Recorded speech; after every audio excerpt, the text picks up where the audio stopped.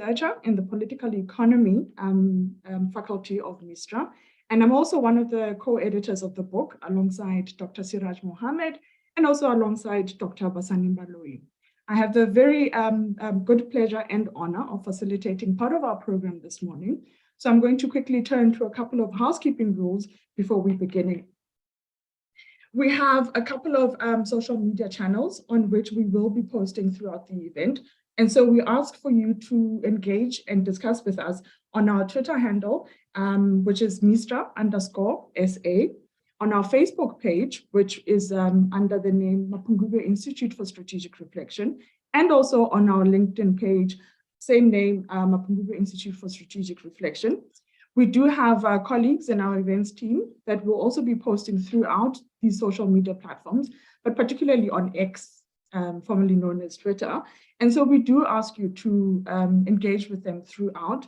And don't forget, please, to tag us at Mistra_SA using those 3 hashtags, again, evolving structure, SA economy, and MISTRA book launch. So we do want to engage a lot with you on social media. The second notification that we have for the day is that the book is available for sale. Buyers can visit our website, which is www.mistra.org.za. And when you get to that MISTRA webpage, what you need to do is to navigate to the publications page where you'll find all the necessary information relating to how you can buy the book. It is this very wonderful, I don't know if you can see it. I hope you can see it. Wonderful and very large book. And it is available for the cost of $390. Of course, it will also be available on other local bookstores. And then in terms of just the structure of our program today, we have a very power-packed program where we have 2 sessions. In the first section, which is part 1, it is the book launch. So in that book launch, we will have, after the keynote and welcome address, we will have the editor's overview, which will be undertaken by Dr. Siraj Mohammed. He'll lead that discussion. And then after that, we will have a panel discussion with selected authors from our book, representing the 3 sections of the book. And then we'll have a tea break. After that tea break, we'll enter into our part 2 of the launch. And there we're going to have a broad discussion with a wide range of, giving like a wide range of perspectives from people in different sectors. And that will be facilitated by Dr. Abba Omar, who is the Director of Operations at MISTRA. So with that, I would like now to call on the board chairperson, Professor Velungomo, to take us through the next items of our program. Thank you very much.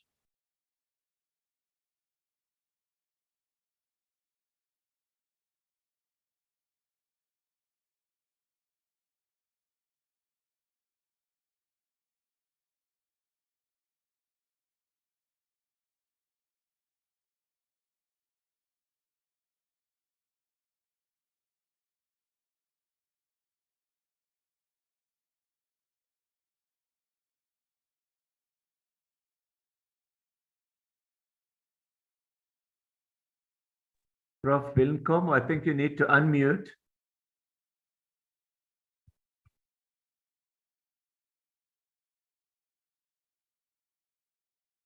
Prof. Velungomo, can you unmute?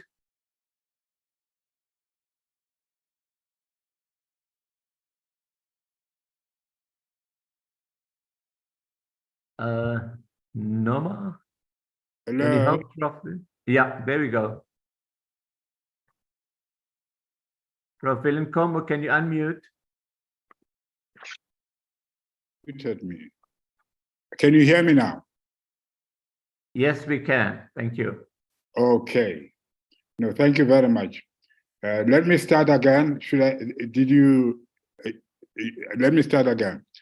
On behalf of the board of MISTRA, the Council of Advisors, as well as the MISTRA family, I would like to welcome everyone who's participating in this important book launch, which is long overdue.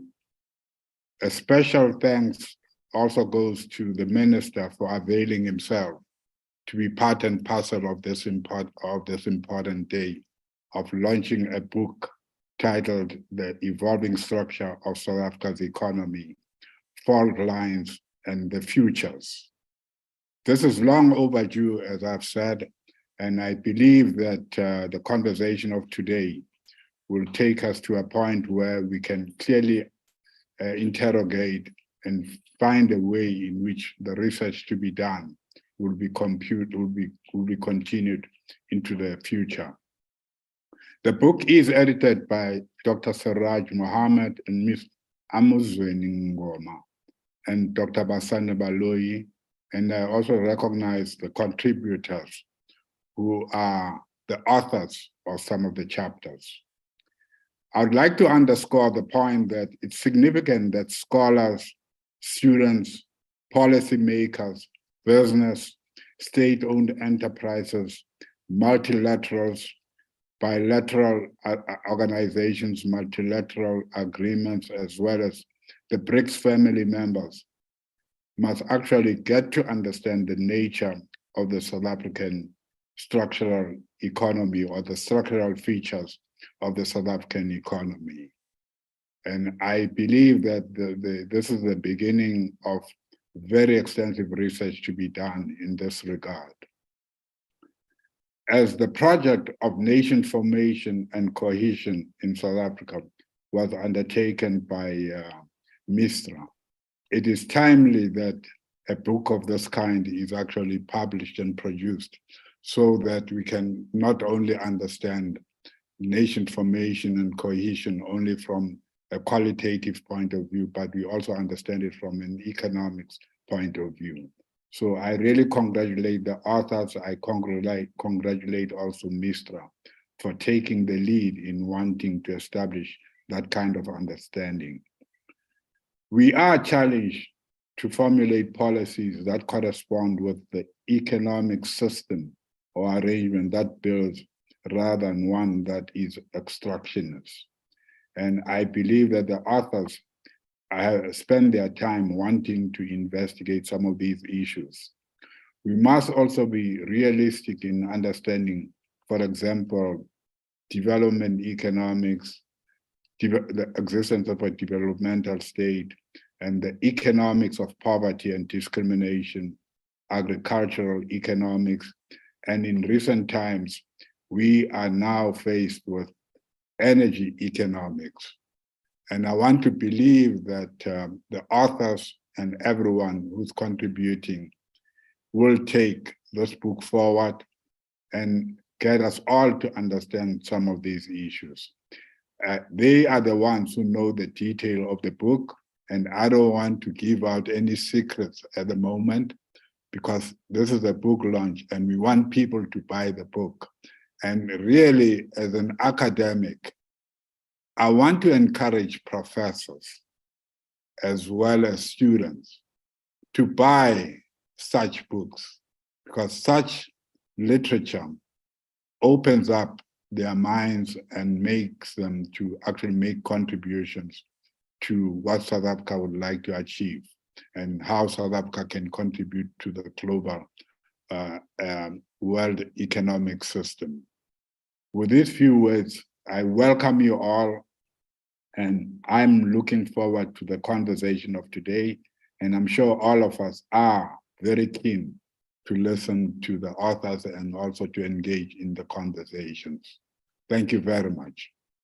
I hand over to the chair.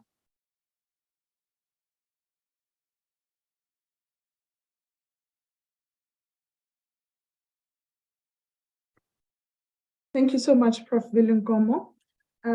Next on our program, we are going to obtain a keynote from the Honorable Fikile Majola, who is the Deputy Minister of Trade, Industry and Competition.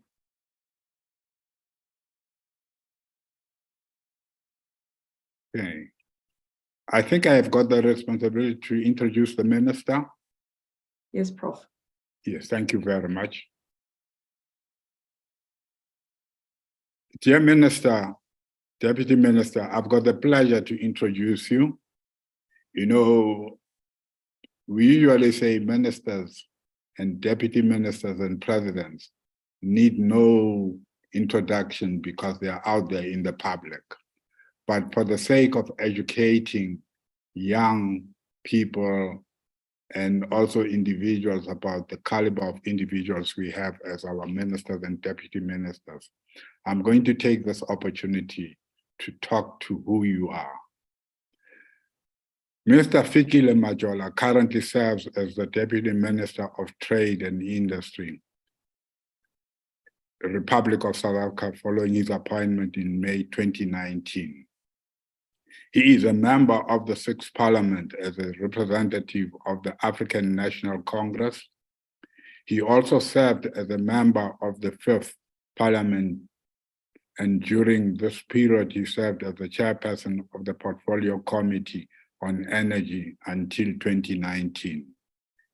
He actively participated in many structures of the liberation movement during apartheid, such as the Vaal Youth Congress, South African Youth Congress, Southern Transvaal Youth Congress, and the United Democratic Front in the Vaal after the formation of the United Democratic Front in 1983.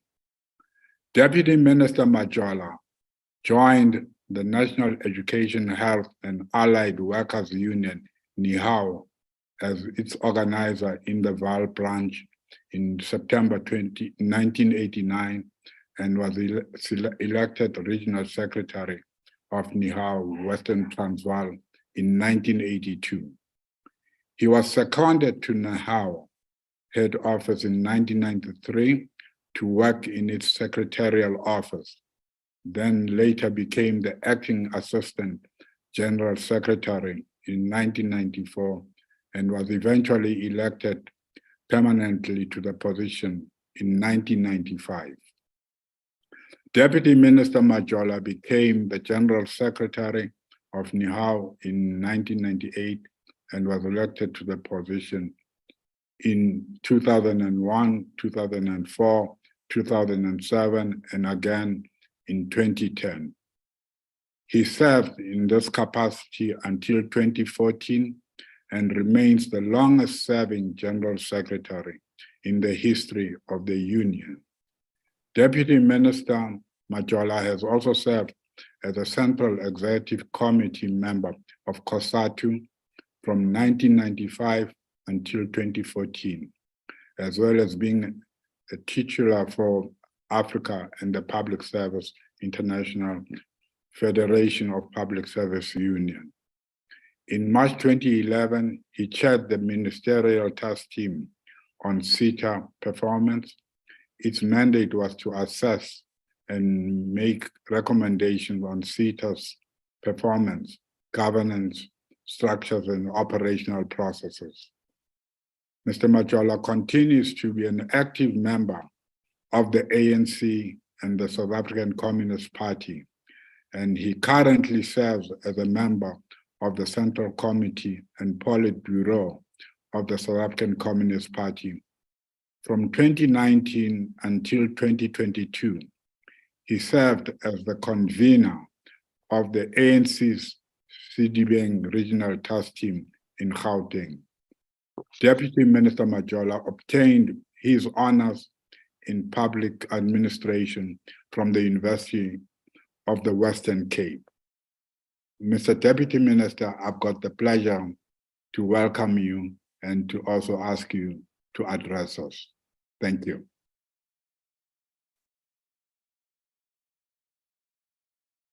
Thank you. Thank you very much, Prof. and the Program Director. To the Chairperson of the MISTRA Board, the board members, the Executive Director of MISTRA, the editors of the book, Dr. Siraj Mohammed, Ms. Amazweni Ngoma, and Dr. Basani Baloyi, the many eminent researchers, academics, and policy specialists who contributed to the book, esteemed guests, government colleagues, ladies and gentlemen. I am delighted to have been invited to speak at the launch of what I am certain will become a seminal contribution to the economic policy and development discourse in South Africa. In particular, I wish to express my gratitude to MISTRA for the foresight to undertake this work and the timing of its release, which will allow its analysis to feed into the thinking of the 7th administration of the democratic government of South Africa. I am sure we can all agree that the performance of the South African economy has been disappointing across a range of indicators. Employment, growth, poverty, inequality, investment, exports, entrepreneurship, educational achievement, and service delivery to poor communities, to mention just a few. Under such circumstances, it is perhaps understandable that the media, a cross-section of sectors in society, and our citizens more broadly are quick to leap to the simple diagnosis of the illnesses of a highly complex and contested economy such as South Africa's. For example, such diagnoses that government is the problem or labor markets are too rigid often appear to lead to a well-known cure: let the private sector run it. Given that these diagnoses are often very shallow and ahistorical, it is not that surprising that the cure is so often disappointing. That said, our people are calling for a stronger sense of agency from government and the social partners, that is business and labor. Crucially, in my view, our people need reassurance that we understand their socioeconomic challenges. In addition, of importance is to assure them that we have a precise plan that is capable of sustainably improving South Africa's quality of life and well-being. This is the fundamental demand of our citizens, and there has to be a properly coordinated response to it. Their demand is not simply faster economic growth, which perpetuates inequality, or creates mineral extraction, which leaves severe environmental costs for future generations to resolve, or EPWP jobs, which support survival but not human development. Ladies and gentlemen, in my view, the electoral mandate from our people is very clear. We need a development path which is transformative in gender and racial terms, sustainable in environmental and especially water terms, developmental in terms of upliftment of communities and individuals, and resilient in response to commodity price shocks and global downturns. This publication makes an important contribution towards the potential for achieving this type of development path. It does so in many ways, but I will highlight just a few. First, it explicitly broadens the scope for economic policy from a narrow focus on macroeconomic fundamentals, such as the fiscal deficit, inflation, or GDP growth. Second, the book focuses our attention on contending with the type of globalization where developing countries have been limited to being providers of raw materials, low-value intermediate products, and low-cost assembly. As suggested by the book, this is the contemporary setting. In the contemporary setting is because of the increasingly financialized approach of lead firms in global value chains and productive networks. This is driven by increasing returns on investment by lead firms in financial assets rather than activities requiring significant fixed capital outlays. In doing so, it breaks the recent tendency amongst government and business especially to focus on a very narrow range of policy indicators, and by implication, a similarly very narrow range of policy levers. To use an analogy from South Korean development economist Ha Yu Chan, who writes that putting a heavyweight and flyweight boxer in a bout would not be considered fair. What we have seen in South Africa is the equivalent of these fighters being put in a ring, but the flyweight is now only allowed to use his left hand.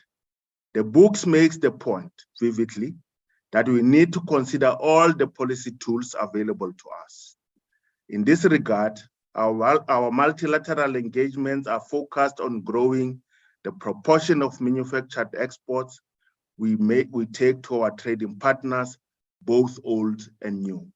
The book also challenges us to consider place-based industrial interventions, such as special economic zones, to retain and advance industrial investments in secondary urban and non-metro areas in an attempt to confront the uneven spatial distribution of industrial investments. The careful and wide-ranging analysis of the South African economy and society provides a much more rigorous diagnosis of the challenges we face. For example, using the lens of the minerals energy complex or the financialized minerals energy complex helps us to understand the challenges better and guides our thinking. This is in terms of the kinds of policy levers that may be effective in offsetting, not necessarily reversing, the negative impact of the uncontrolled growth of some sectors. Thirdly, in analyzing the challenges, the book provides an insider's perspective of the challenges and trade-offs that were considered within government over the last 2.5 decades. This perspective arises because many of the authors spend considerable time in government or working closely with government on key policy issues. In addition, the book describes how the institutional structure of government has changed and points to important shortcomings in the structure of government and how it has at least partly contributed to coordination challenges within the state. Fourthly, while not prescriptive, the book does highlight a wide range of policy areas that require attention. These range from the macroeconomy to logistics to state-owned companies, and perhaps most crucial, to what a developmental state is expected to do if we are to achieve transformation, growth, and development. Ladies and gentlemen, colleagues, the challenges are real. We need to pose the right questions and find the right solutions. How do we create a society that values citizens equitably while a CEO of a local mining house is paid 198 million rand in 2022, which equates to 542,000 per day? In the same year, the general minimum wage amounted to 185 rand 52 cents per day, while EPWP workers received 102 rand per day. Put differently, a general worker paid minimum wage would need to work for 8 full years to earn what this CEO is paid for a single day. In my view, achieving transformative, sustainable, developmental, and resilient growth is essential for social and political stability. This will require the courage to make bold policy interventions and the confidence to persevere with this even when opposition is fierce. Being able to take these bold policy decisions guided by the rigorous analysis contained in this book marks yet another key achievement of our research community. I would like to thank MISTRA once again, the book editors and chapter contributors for your continued commitment to a better life for all South Africans. But Chairperson, as I conclude, I initially planned to attend this seminar as a participant. That is before I was invited. The reason for this was to participate to gain some insights on this important topic relating to the South African economy. I have often asked my colleagues the question, why is it that despite the best of our efforts, and I should hasten to add, that is at the best of times, that our economy is not making the necessary impact in the triple challenges of unemployment, poverty, and inequality. I believe, and I really hope, that this seminar and the book you're launching today will help us search for answers to this critically important question. I also appreciate the question I also appreciate that the answer to this question does not only lie on the economic sphere. The crisis we face requires an all-round response. I look forward to receiving positive feedback from your deliberations, and I wish you all the best for the rest of the seminar. Unfortunately, I can't stay longer with you this morning because our president is hosting the Prime Minister of the Kingdom of Lesotho for the launch of our inaugural binational commission, which will start shortly. I thank you, and I wish you all the best.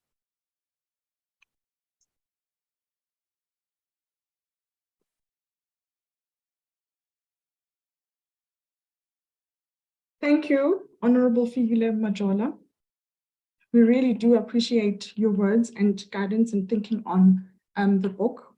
We do really think that the book does indeed argue for, properly coordinated as well as very bold policy decisions as well interventions. And this does require, in our view, as the book does argue, that this needs properly constructed partnerships as well as consensus building around the necessary kind of like pathway that South Africa needs to take. These arguments are definitely made across the book, and it is a kind of like woven through argument that the chapters do pick up.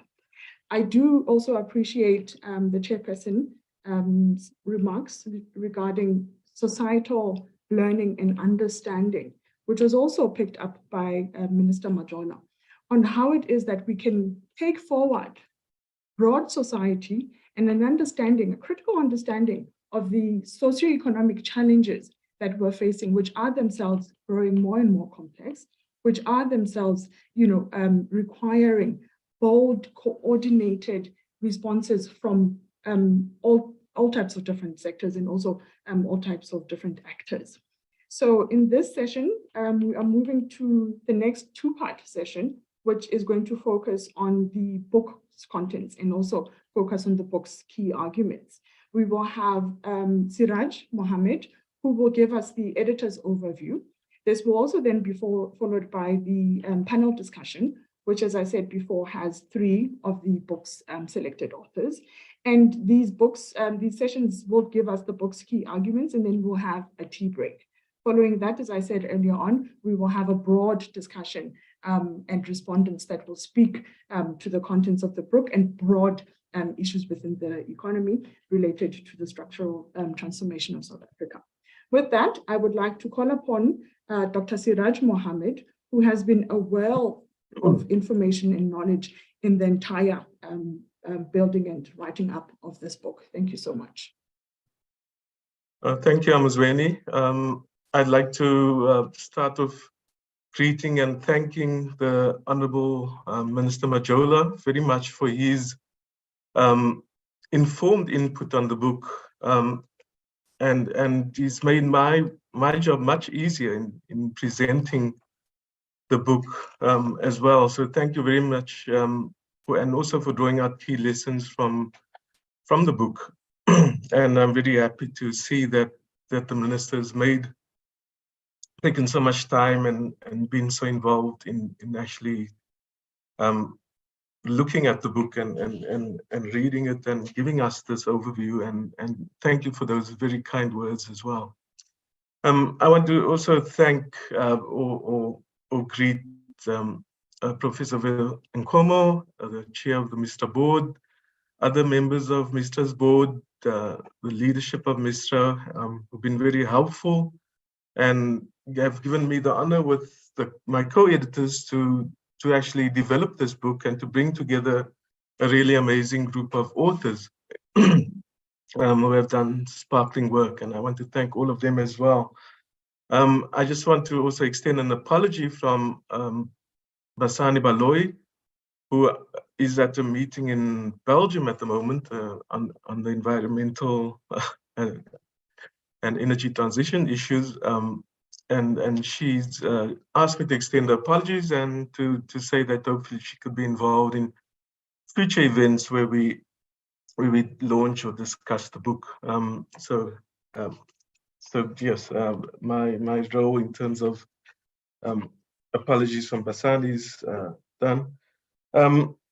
I also, just to get back to the authors and thanking them for their efforts, also, sorry, just before that, to thank Amazweni for a role not only as a co-editor, but also working on the book from MISTRA side, and with Wandile, the efforts they did. At times it felt like we were part of a family, meeting very often, sometimes a few times a week during certain points to make sure that everything got pulled together within a certain time frame to discuss different chapters, comments, editing, those kind of issues. And then also to thank the people at MISTRA involved in the actual sub-editing and publishing of the book for the sparkling work they did. And personally, I was very happy to see the book when I received it in in the mail, and to say that it looks really good, and I think all the hard work has paid off. And yeah, I think it's taken a time, it's taken effort, particularly for those of us not based at universities who do these things outside of our working hours. But yeah, I think not to take away from the efforts that people based at universities have done. And with that, to mention that, the people who've been involved as authors not only come as individuals, but also represent, I think, the kind of staff in university-based research organizations, think tanks, organizations like the Center for Competition Regulation and Economic Development at WITS, the ADRS led by Asghar Delzadeh, the Southern Center for Inequality Studies, Alan Hirsch from the Mandela School of Government, and many others. Hopefully I'm not forgetting any. But yeah, I mean, it also represents, I think, at least slices of thinking and research happening across the country in different spaces. And so I think the book is representative of that as well. And as we were getting together to plan and to discuss with authors of the book, I think another book edited by Antonio Andreoni, Fiona Trigena, Simon Roberts, and I think Arkaby, came out on the structural transformation as well. And that book, I think, didn't give us pause to say, well, this field is full, but inspired us to actually be participants in this very rich conversation happening in South Africa, and to recognize that book influenced us intellectually, but also inspired us to to complete this book and to go ahead with the writing of this book. In this book, we do focus on broader issues than promoting industrial policy. Not to say that that other book did that, but just in terms of often how the discussion on structural transformation goes, especially in South Africa, where we've been so focused on thinking about industrial policy and whether it can work, the structure of the economy in terms of the sectors and the contributions of different sectors. The focus on this book is to see social reproduction, social well-being and welfare as another side of the coin to industrial and economic industrial development and economic transformation, and to recognize that both are really important and that there's a feedback between both, and you can't successfully have a sustainable transformation and economic development with that, and with that to recognize the role of the state. And in the chapter that I did with Ben Fine, and I think Ben is in the meeting, I want to acknowledge his role, not only in that chapter, but in the work that he, especially the book he did with Zav Rustamji, but all his work on South Africa, including his work on financialization of the South African economy. He's actually been a very important part of this discussion about the structure of the South African economy and how it evolved. And in that, we point out the importance of policy changes, and with that, the emergence of neoliberalism underpinned by financialization, and how the policy discussion, as those ideas became dominant and took hegemony in some spaces, changed the discussion around industrial policy, industrial development, the role of a developmental state, etc., and reduced them, eroded them, watered them down, diluted them. And so a lot of the discussion we have today, even by people who are not neoliberal mainstream economists, happen within that kind of framework. And many people don't use the word neoliberalism, and there's this concern that you may be seen as too ideological.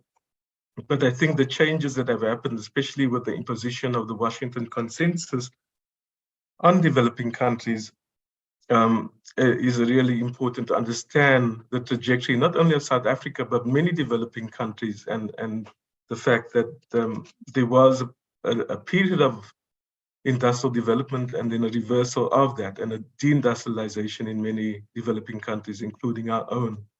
Amazwani, can you give me a 5-minute and a 2-minute warning? Because I get... Will do, thank you. Okay, thank you very much. I don't want to go over time because I think the contribution from the other authors and that discussion will also be really important.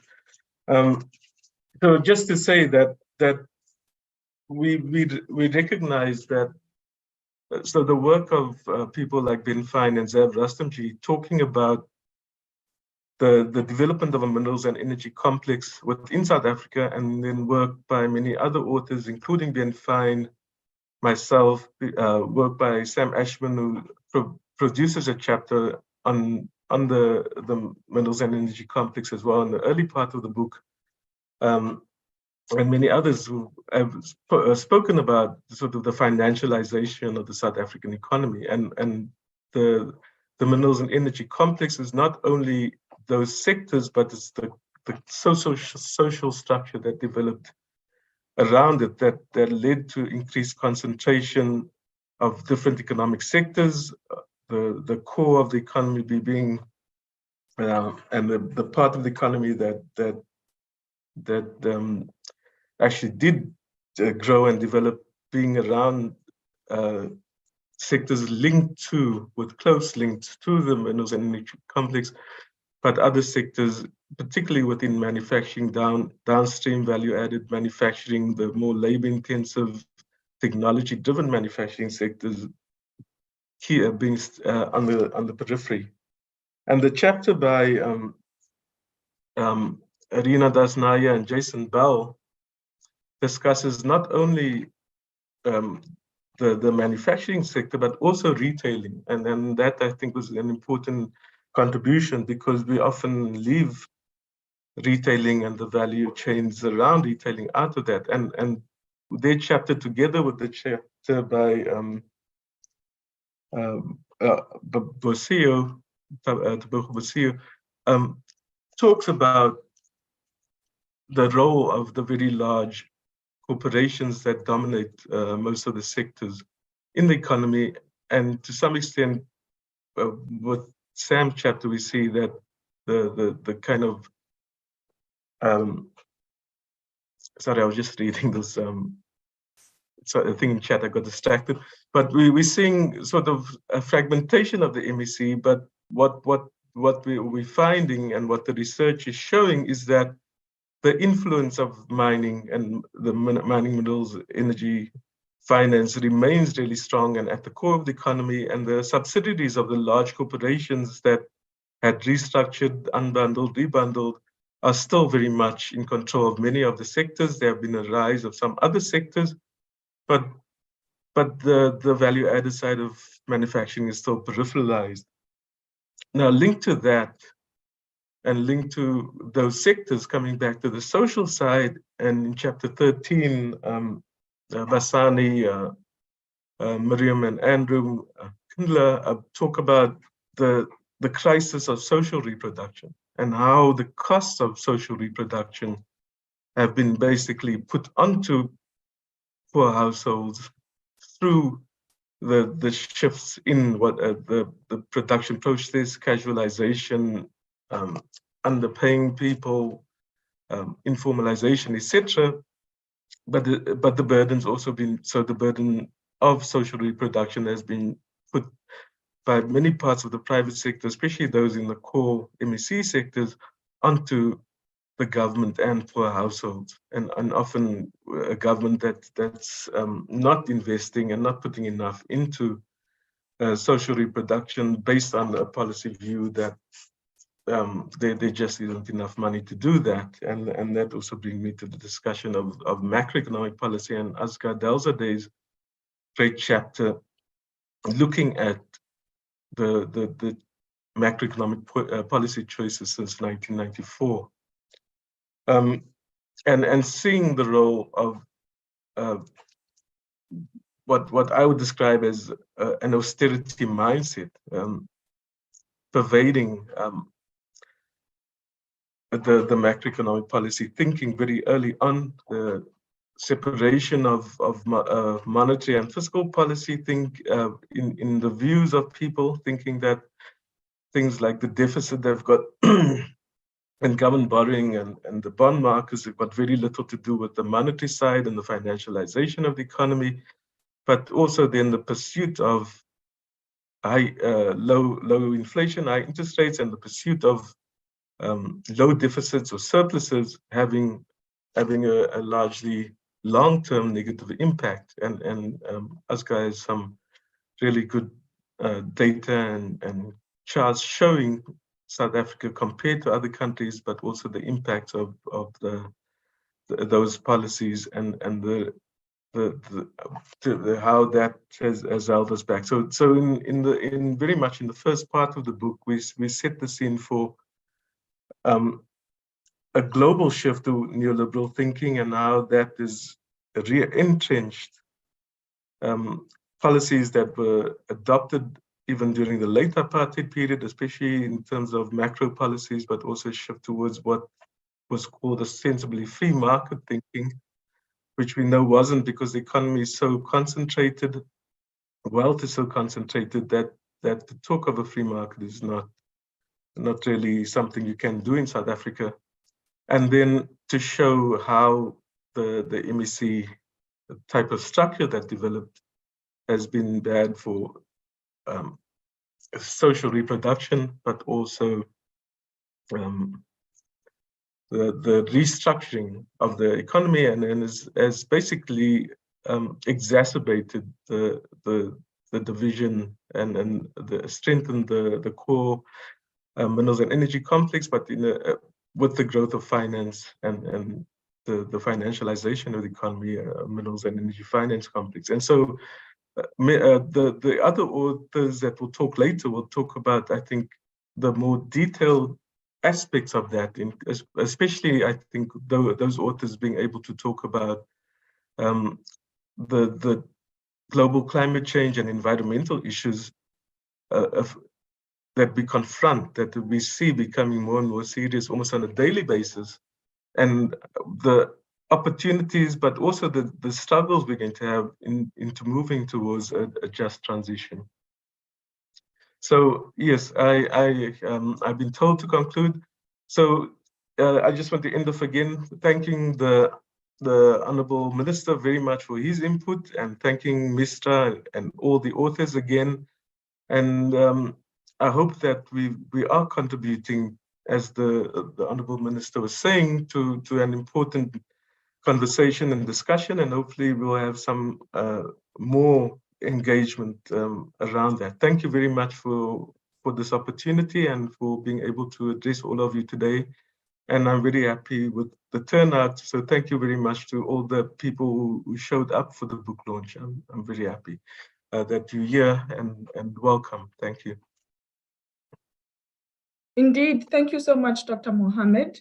In terms of our housekeeping, there is a chat notification that says that just for today, the book is available at the launch price of 310 rands. And again, you can go to the Mistra website at www.mistra.org.za, and there navigate yourself to the publications page and complete the process of buying the book. It's a very easy process. It doesn't even take about 3 minutes. And so do go over there and also buy the book. Thank you so much, Siraj. I do guess that the issues that you have raised in terms of like the intensity of the content of the book will also be picked up by the panel discussion. I would like to also just encourage the audience to engage with us right now through the chat function, where you have an opportunity basically to pose your questions and remarks regarding the conversation so far, and specifically the panelists, which is the session that we are basically moving into right now. Our panel discussion is made up of 3 authors who represent the different sections of the book. First, we have Mr. Ayabonga Kawe, and next then we have Dr. Lucy Baker and Ms. Nina Callaghan. And Ayabonga Kawe is represented in the first part of the book, which is titled Evolving Structure of the South African Economy. And he's the single author of chapter 6. Then we have Dr. Lucy Baker, who has co-authored chapter 9 in the second part of the book, which is titled Structural Changes in Sectoral Balances. Then we will have Ms. Nina Callaghan from the university, from Stellenbosch University, who has authored in the section, the third and last section of the book, Governance, Labor and Livelihoods, which is chapter 17. Siraj was quite correct about a lot of work taking place behind the scenes in terms of like formulating and constructing the key issues and gaps in the current literature. And we were very hard pressed also to make very significant choices about what would go into the book and the contribution that the book would be making. And we do hope and absolutely believe that we have managed to do this. So I'm going to call upon Mr. Ayabonga Kawe, followed by Dr. Lucy Baker and Nina to kick off. They will be speaking mainly on their chapter's arguments, and I will also ask them to provide us with a bit of, selected policy reflections emanating from the arguments that they make in their book. And they have about 10 minutes each to present, to give us their key arguments and policy reflections. And thereafter, we will have an opportunity to engage with our audience today, wherein I will pick up a couple of comments and questions in the chat box. Like I said, please do engage with us in the chat box. You're most welcome to, and we are seriously looking forward to your comments and remarks. So do enter into that chat box and speak to the authors as they present, and take the discussion and debate a little further. With that, can I please ask Mr. Ayabonga Kawe to introduce himself, where he's from, title of his chapter, and also then key arguments and policy reflections. Thanks so much.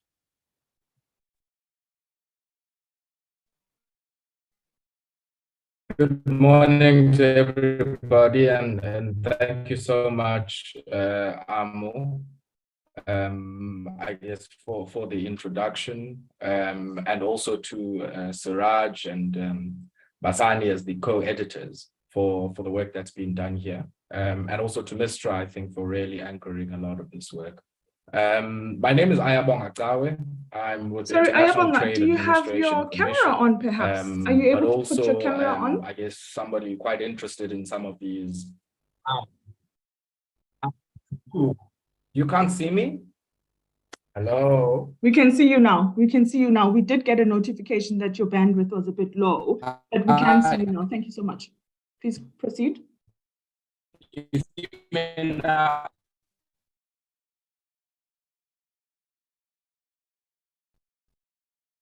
And you can hear me. Yeah, we can hear you. If you can just come a little closer to your mic because you're a little bit Can faint. you hear me? You're coming across a bit faint. So if you come closer and yeah, then we can proceed from there. Okay, all right. Oh, gee. Okay.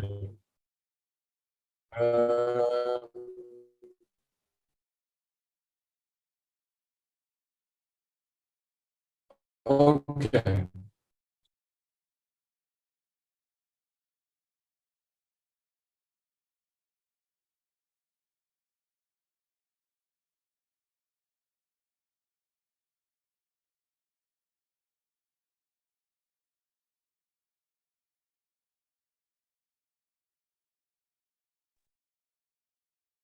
Thank you, Aya. I think we may have lost Ayabonga. Funi, is this correct? Can you hear me now? Sorry about that. Yeah, I we just had to can change hear my you. connection. Am Yeah, I there audible you now? are. Thank you. Okay. Thank you. Great. Thank you. Sorry about that. So I was saying, I think a big part of the chapter that I worked on was really looking at the industrial and even empowerment implications of the procurement of renewable energy under the REIPP, which is really the main procurement instrument to facilitate this transition in our energy mix towards more renewable methods. And a starting point, I think, of that analysis is to really understand the context of energy generation in South Africa.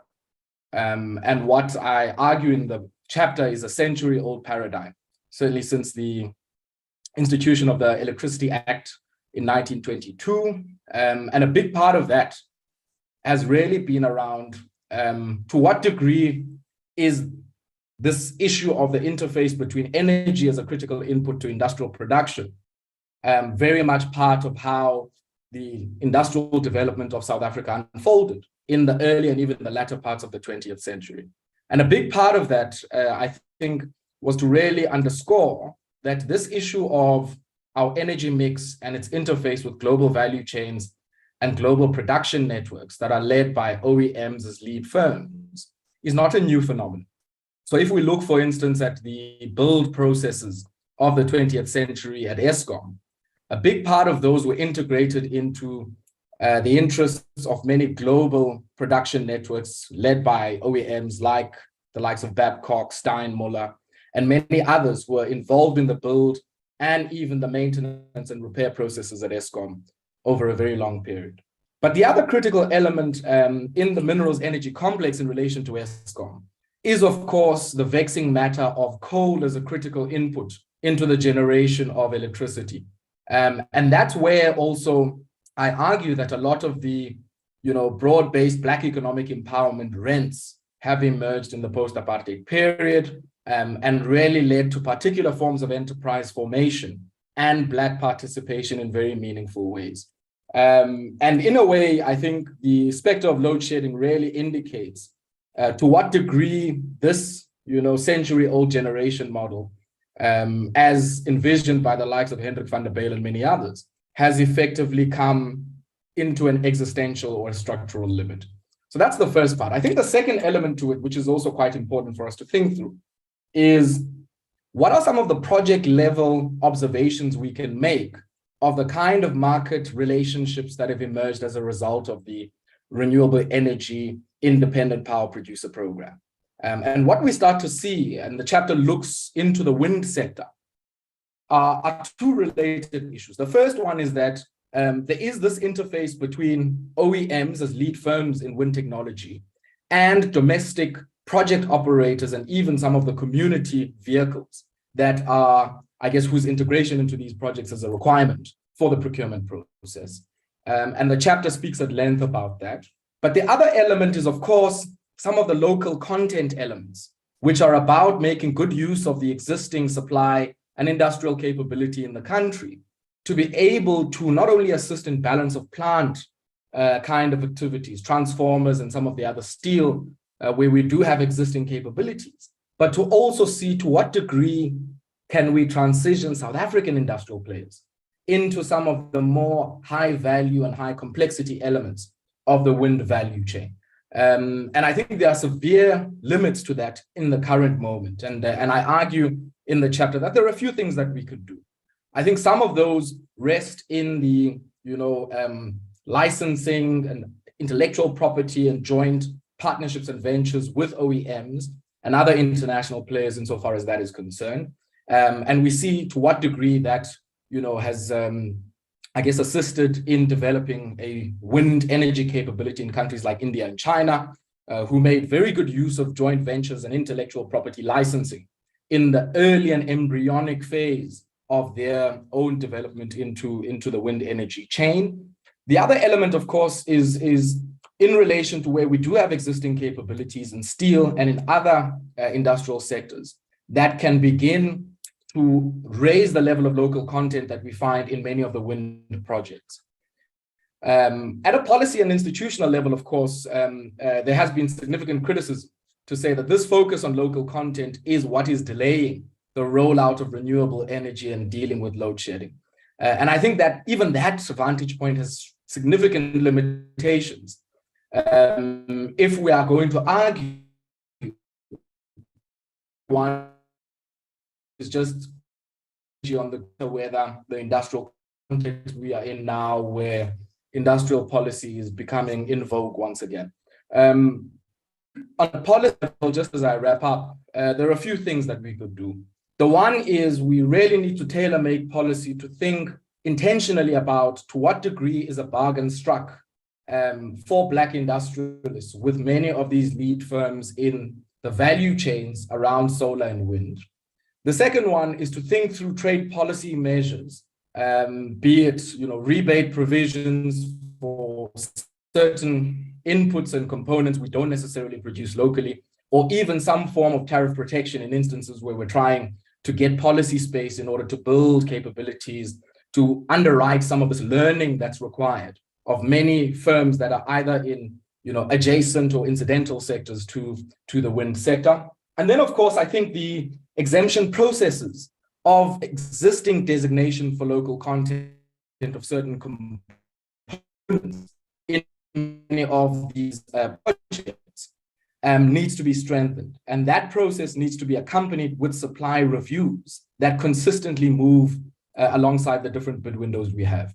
The other element, of course, is that none of this industrial value can be realized if we don't resolve the lumpiness and the stop-start nature of the REIPP. Second to that, I think there's a big scale question. Many of the project operators that I spoke to raised this issue that if you don't have a clear schedule that's predictable of how many bid windows you want to have in a certain period, how large the investment will be, how many megawatts you want to bring onto the grid, it does weaken their bargaining power in relation to OEMs and others who are providing engineering and procurement contracting services, which happen to be the largest costs on many of these wind projects as well.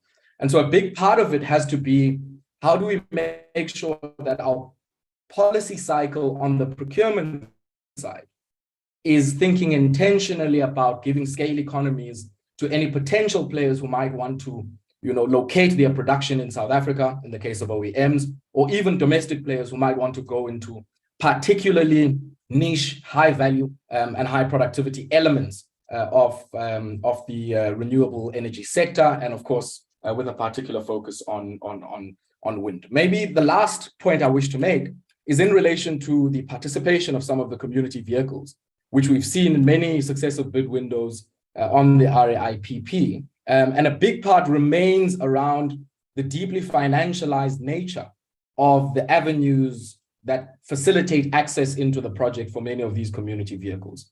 It's undertaken via vendor financing at very significantly high interest rates, with very little scope in some cases for trickle dividends that would make these entities cash flow positive and allow them to reinvest in any capabilities that might allow them to participate in the program in its own right, or even participate in other elements of the program that are critical to the rollout of the renewable energy sector. And more importantly, to think through differently about what these community vehicles can do in local reinvestment in their own communities and cash generating activities, and in other activities of an economic nature that might shift the terms of incorporation of these vehicles into future projects as well. So let me wrap up on that score. And once again, thank you so much to Mistra for really an insightful and a meaningful project. Thanks.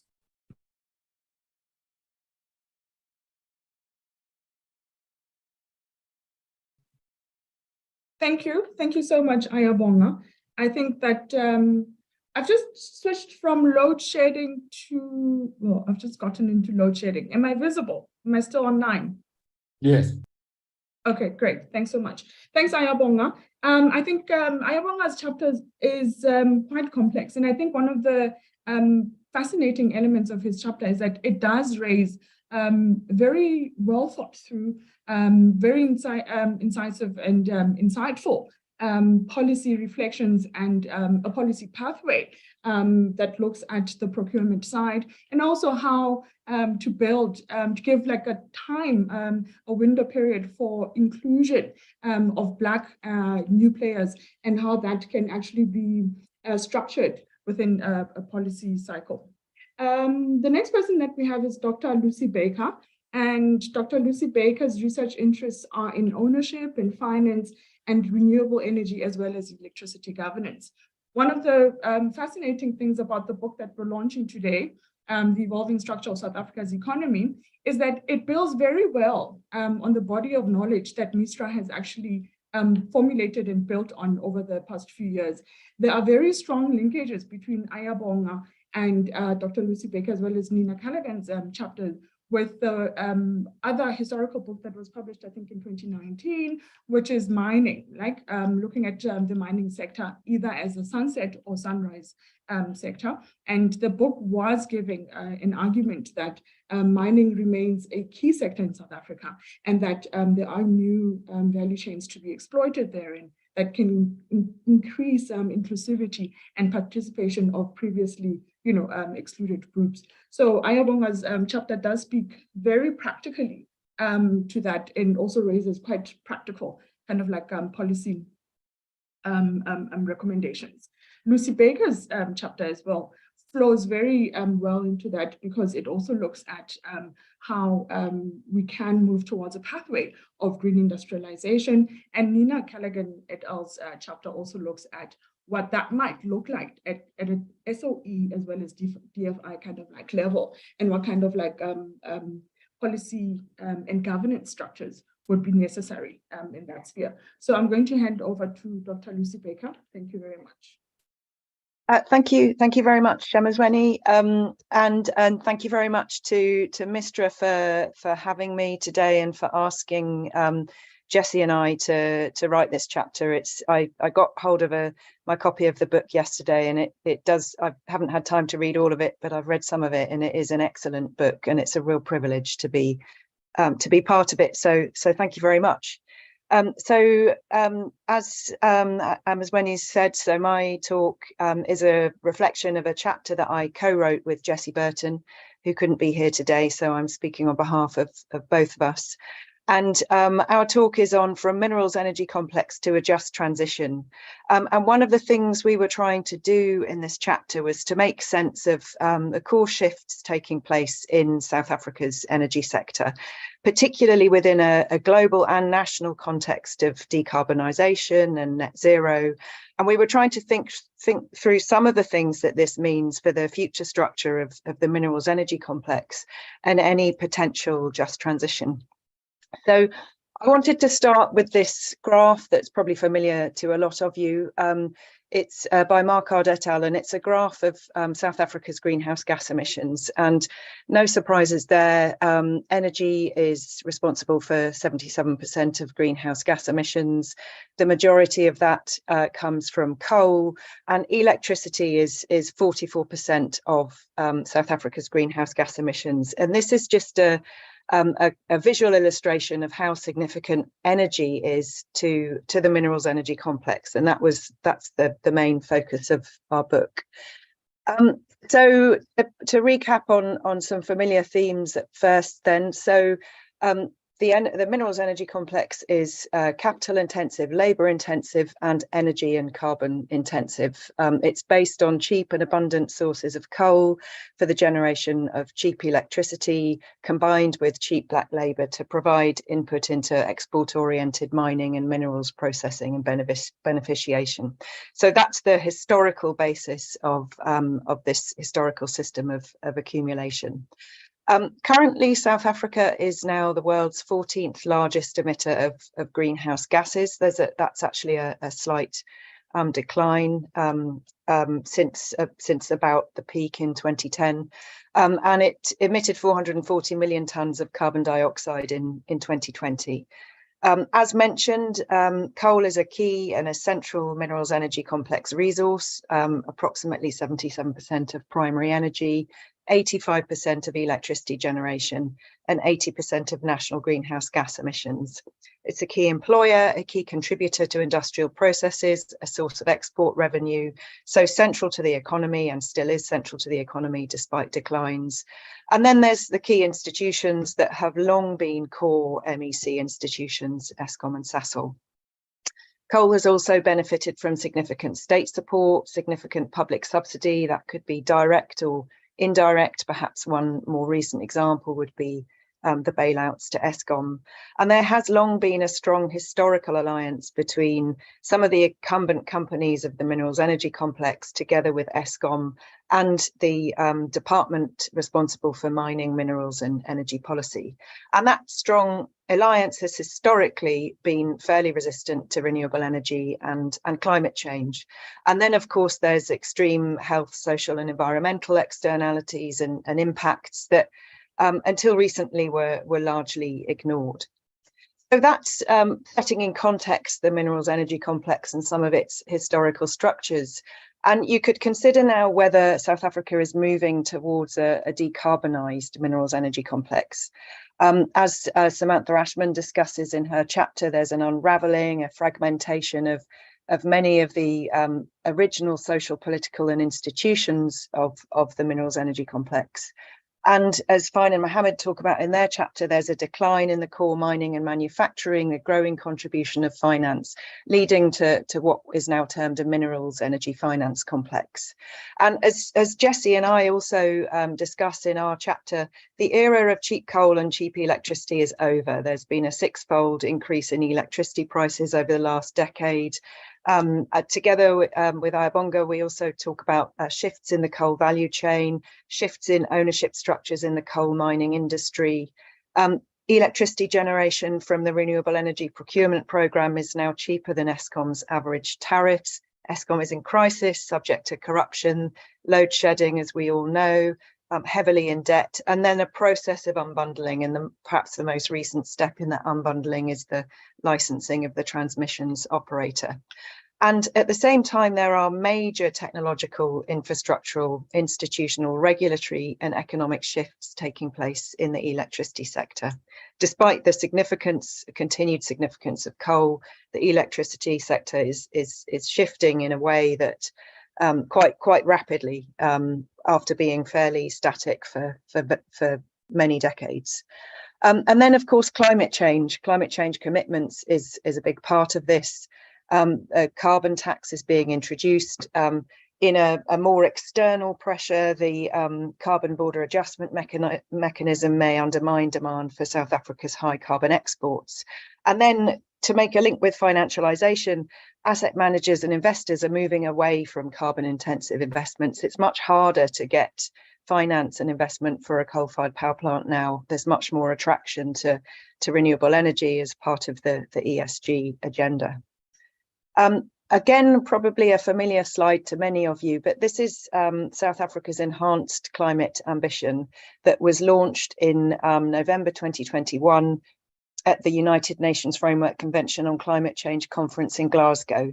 And it's the updated nationally determined contribution on climate change mitigation. And it's a significant development on the draft NDC. This current NDC reduces emissions to within a range of 420 to 350 million tons of carbon dioxide equivalent by 2030. And the lower level of that range would is the modelled pathway to keep below a 1.5 degrees sea level. Most, but not all emissions reductions in this decade will take place in the power sector. So this comes back to the significance of energy to the minerals energy complex. And as part of this, additional renewable energy capacity is needed. And there is also the planned retirement and reduced use of Eskom's coal fleet, which would also be a significant contributor to this goal. And while there is a role for coal will not be eliminated tomorrow, but plants and mines are starting to close. And this is a very kind of significant step. The enhanced climate ambition has huge implications for the energy sector and all of the surrounding institutions that are part of it and that also connect to it. So this brings me to my last slide and the last chapter the last section of our chapter. So what does this mean for South Africa? What would a just energy transition for South Africa look like? And I've put just in brackets because it's not always clear whether an energy transition will be just or not. I've also put it in brackets because there are so many diverse, competing and nebulous interpretations of what a just energy transition should mean. It's almost become a kind of Christmas tree upon which many different constituencies are hanging their definitions and in some cases agendas as well.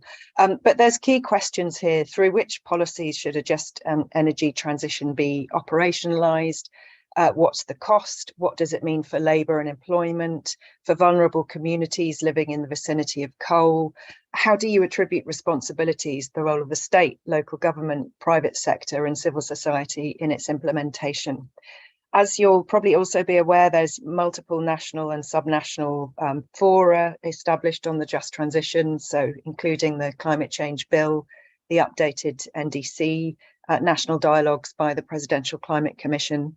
There's also a Just Energy Transition Plan in play, which will be, originally was 8.5 billion from various European donors.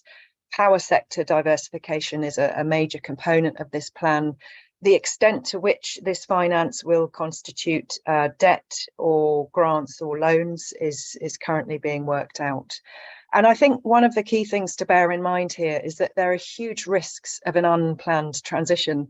As the Minister stated this morning, there's an enormous coordination challenge when it comes to implementing a just transition. And one point I'd really like to emphasise here is decarbonisation should not mean deindustrialisation. A reorientation of the economy and the introduction of new industries or a reorientation of existing industries is important, but an unplanned transition risks merely deindustrialising and not in a good way. Whilst technical measures and policy and finance are important, these kind of fixes are not enough to achieve a just outcome and a genuinely sustainable outcome. And as Jessie and I conclude in our chapter, worker transition, labour market support, procedural justice and social dialogue are fundamental as part of any consideration of a just transition. So that's me. Thank you very much. And thank you again for asking Jessie and I to contribute. Thank you so much, Dr. Lucy Baker. Profound, those are very profound inputs. And of course, as I said earlier on, this book does link very well with MISTRA's other body of work. We have a book that was also launched in 2021, I think it was, which is about the transition to a low carbon economy. And it does raise the questions and issues that yourself and Ayabonga have already raised. I mean, one of the things that strikes me in terms of like the content of the book and also in relation specifically to your chapter is, how do we move towards a decarbonized kind of NEC when we are also facing underinvestment or a defunding of South Africa's rail network, right? And this particular issue is picked up in depth in chapter 10, and it is written by Naidu, Goli, Ngasa, and Gobozi, who come from Transnet, where they speak about the underinvestment in the rail network and the reduced port efficiency and limited integration across the various modes of transport is creating, hindering the pace and actually a trajectory of structural transformation. Their chapter does trace the main driving forces behind the modal shift from rail to road, and it also illustrates how this has adversely affected the agricultural, mining, beneficiation, and also consumption supply chains, and also therefore eroding efficiency and competitiveness of different sectors. So we have a well-rounded kind of like section there in the second part of the book. So I'm going to call now on Ms. Nina Callaghan, who does speak to the issue of governance, and they look in their chapter at governance at development funding institutions as well as SOEs. One of the key SOEs looked at in that chapter includes Transnet as well as ESCOM. So I'm going to ask Nina to come through and take us forward in terms of the key arguments that they have made in their chapter. Thank you so much. Thank you, Amazweni. And thank you to the team at MISTRA for the opportunity to be amongst very esteemed colleagues in the book and also in the room today. And really congratulations to the editors for a mammoth undertaking. I'm here to provide a very brief overview of Chapter 17, Political Settlements and the Rebuilding of South Africa's State-Owned Enterprises. And this was co-authored by Mark Swilling, Wendy McCullum, and myself. And I think what we were really challenged to do was to consider that a lack of structural transformation in South Africa's economy had less to do with policies, plans, or economic theory, and much more to do with relationships and relationships of power. And our question was, could a theory about relationships of power hold any gravity for us? So this was a question that really intrigued us and that led us to apply the lens of political settlements to better understand the potential and the role of SOEs and DFIs in our economy.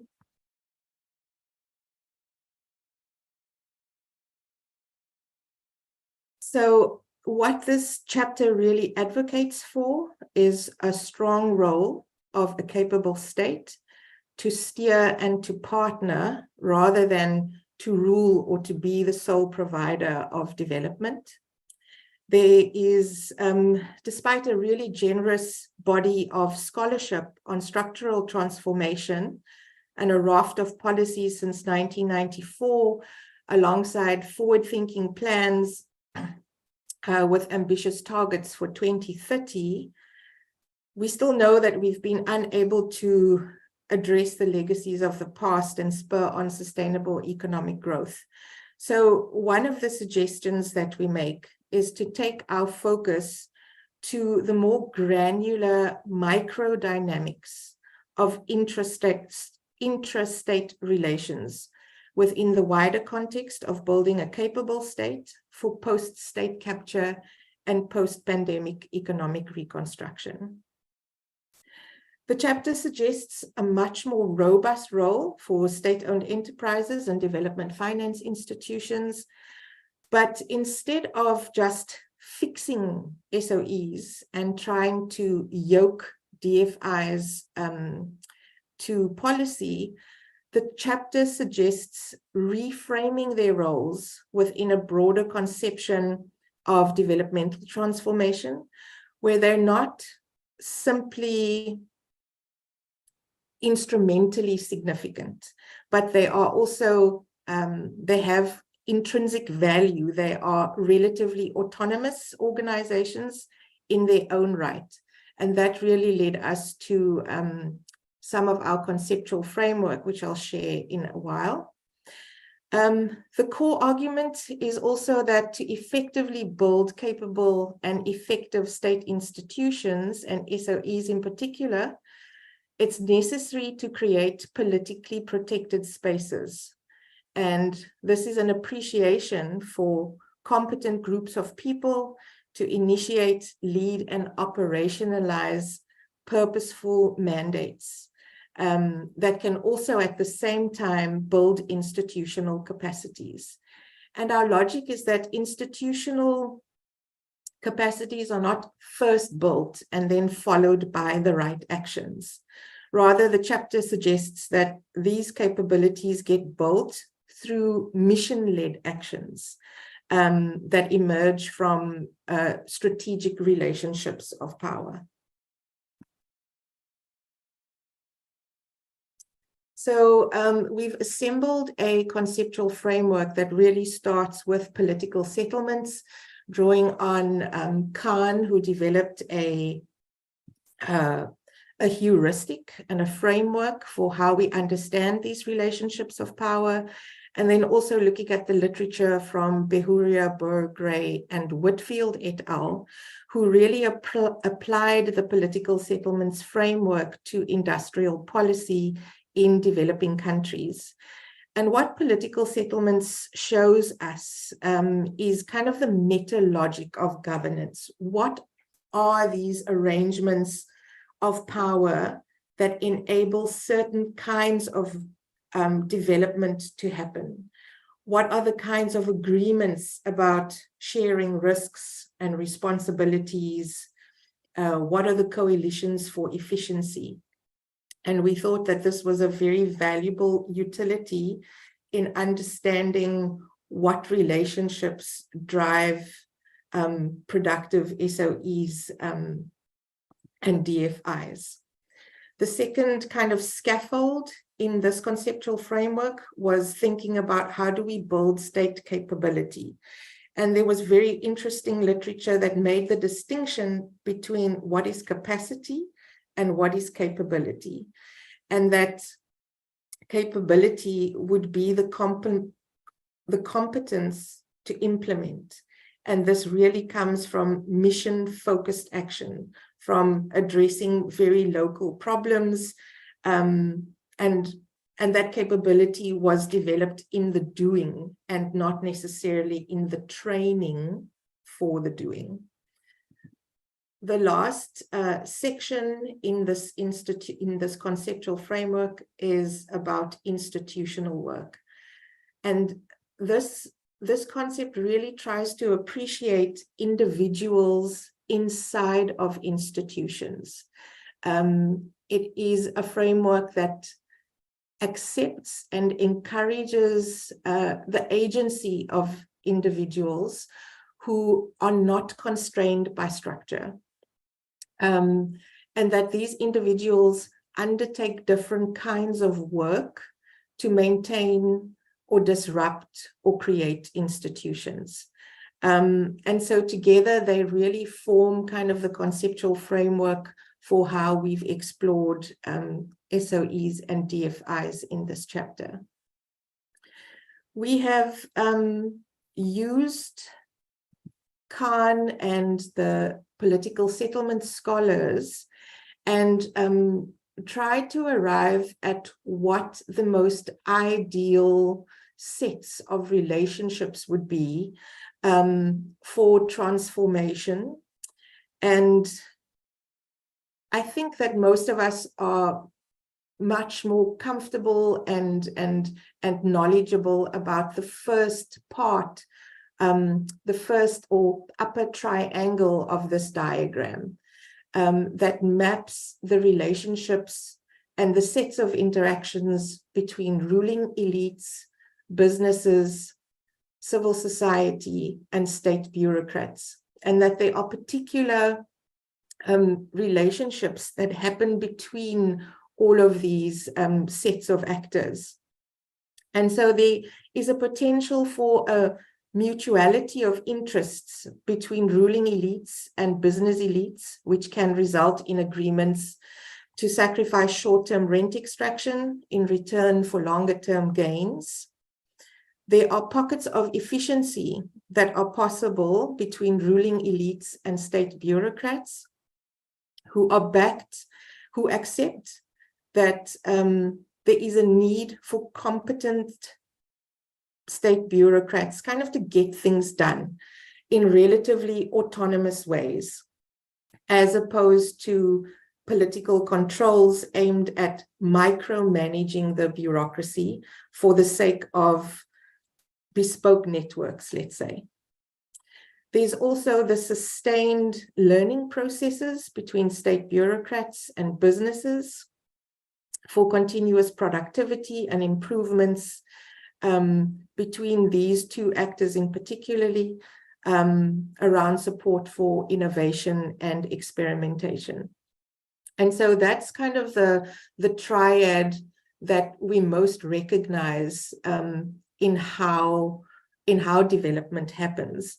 But when we add civil society to this relationship cluster, there's a much more generative partnership that is possible with business to have developmental impacts well beyond profit extraction. Especially we can think of fora within our own context of the National Economic Development and Labour Council like NEDLAC, or in corporate investment programs. Fora like the Presidential Climate Commission also provide a way for ruling elites to be accountable to broader civil society via effective engagements. The idea is that development designs, ideas, and implementation capabilities can stretch beyond the state, and they are also strengthened when state bureaucrats are responsive rather than dismissive of civil society. So there's this argument about generative strategic relationships that we thought was really important to understand when we think about SOEs and DFIs. We recognize that they've been central to the evolution of the South African economy, and we take this, this heuristic really to understand a historical perspective of SOEs and DFIs for racially exclusive industrial development. And we look at the role and the genesis of the Land Bank, the South African Railways and Harbours, IDC, Eskom, ISCOR, and Armscor, and their roles in how they shaped kind of the early history of the South African economy. The relationships between bureaucrats, state elites, and businesses are really, really clear in the kinds of outcomes for development. We then move on to 1994 and post-democracy, and this part of the chapter is really about de-racializing neoliberal governance. We look at a succession of ANC economic policy and argue that it didn't really articulate a clear vision for the future of SOEs and DFIs, and that they weren't harnessed for their ability to produce public goods. This really shifted, the policy focus shifted after the post-Polokwane moment, but also set the stage for state capture, where SOEs and DFIs played a really strong role in as sites for procurement spend, and how DFIs became kind of embroiled in the state capture predatory project. It hasn't all been bad news for SOEs and DFIs, and we also look at their evolving role in development, kind of in the shadow of state capture, looking for lessons, especially within the REAP, where public-private partnerships really showed some promise. There are some examples from the DBSA and the Infrastructure Fund, and a host of projects underway in the energy transition, where the potential for SOEs and DFIs are really illustrated. I think what the momentum of bringing the political settlements literature to SOEs and DFIs does is to try and imagine a new set of political agreements that implies a new contract with society and creating the space for building capabilities for learning and experimentation. But that this also really appreciates that we have to see these institutions not only in service to policy, but having a life of its own, having a sense of agency, and to be able to be productive in the ways that these relationships between major governance actors come together. We see SOEs and DFIs as really central in implementing infrastructure and industrial programs, including the just energy transition, the digital transition, and sustainable water infrastructure and bulk freight and transport systems, all of which are about to come. So I think the lessons that we draw from history are really important, and they show points of efficiency, but not transformation. And so how we imagine these relationships to enliven policy, I think is where our interest sits in this chapter. Thank you.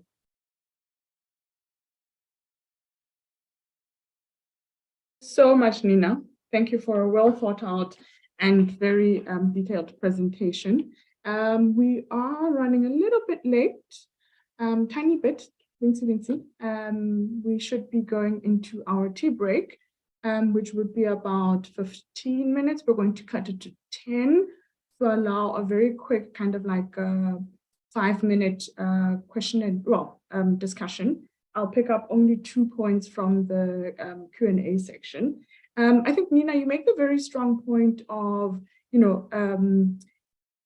efficiencies being built, but not necessarily, reaching a level of being transformative. And I think the question and debate and discussion around a capable state is one that is obviously more than 10 years old. And in fact, is a question that was seriously asked from about 2006 in Thabo Mbeki's administration. I think we have obviously reached a point as well where we're talking about the structure of the economy relating to as well the structure of government in terms of like the macro organization of government. And in the chapter written by myself and Professor Ngweni, we do look into that, and we look at the stops and starts, to use Ayabonga's language, in the macro organization of government. And the different mergers, remergers, and demergers, those are words that have happened between very critical areas of government, one of which being environment, land, rural development, and how many times it's been split, water as well, as noted by Minister Majola earlier on. And basically to a point where we are talking about perhaps the marriages of inconvenience, to use one of Mr.'s titles, between different structures of government and the splits and remarriages that we have seen, that does lead to certain perhaps efficiencies, but has not necessarily had that kind of transformative traction that we're looking for. Of course, this is built up upon by, Chapter 11 that is written by the Executive Director of MISTRA, Mr. Joel Nechitenze, where he does speak about a kind of a start and stop in respect to key elements of the National Development Policy, program, where one of the policy propositions in there was the agricultural extension officers in the agricultural sector, which has not necessarily been well implemented to date. And he picks that up in respect of also the special economic zones and micro enterprises as a way of thinking through, spatial transformation and greater, deeper inclusion of young people, women, and people that are located in the periphery of the kind of like economic and geographic centers. It is good because we also have Professor Alan Hirsch, who writes about the link between regional integration and structural transformation, and says very clearly that you can't have one without the other. And so we have that kind of like spatial, regional, and also structural conversation and debate happening across the book, just to highlight that. I am going to read, I think, some of the points in here are not necessarily questions, but are comments, but I will give time for them. Andre Zeiman, I hope I'm saying that correctly, says, developmentalism in a developmental state is not a policy, it is praxis. This means one needs to first develop the requisite political, economic, strategic, and capabilities in order to enact it. What capabilities and which of these are being built by whom and where? Ayabong, I hope you heard that. So I'll pose that question to you, where Andre is asking which capabilities, and also Nina, I think you can point us in the right direction here. What capabilities and which of these are being built by whom and where? Ashraf Patel says to us that there has been a policy by the DTIC to promote special economic zones as a way of investment promotion. Yet research has shown that SEZs, zones of deregulation, tax breaks, and labor relaxation. This model can lead to deepening inequalities and spatial uneven development. And this is a question for the broad panel, and Minister Majola, who is already left, as you know. Mauchi Pataki says that who is responsible for designing the structure of the South African economy post-liberation? Is it global foreign institutions, or is it the structure?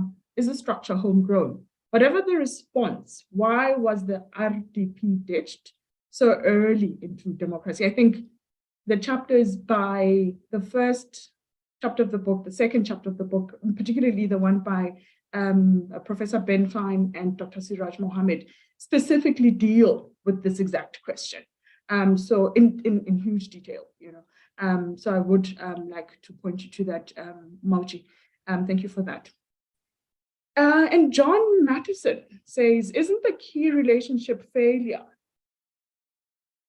that between business and state? Is the problem not that there is an unequal power relationship in which they remain on different pages? I absolutely agree with, I agree with that. And that argument itself is also made by Dr.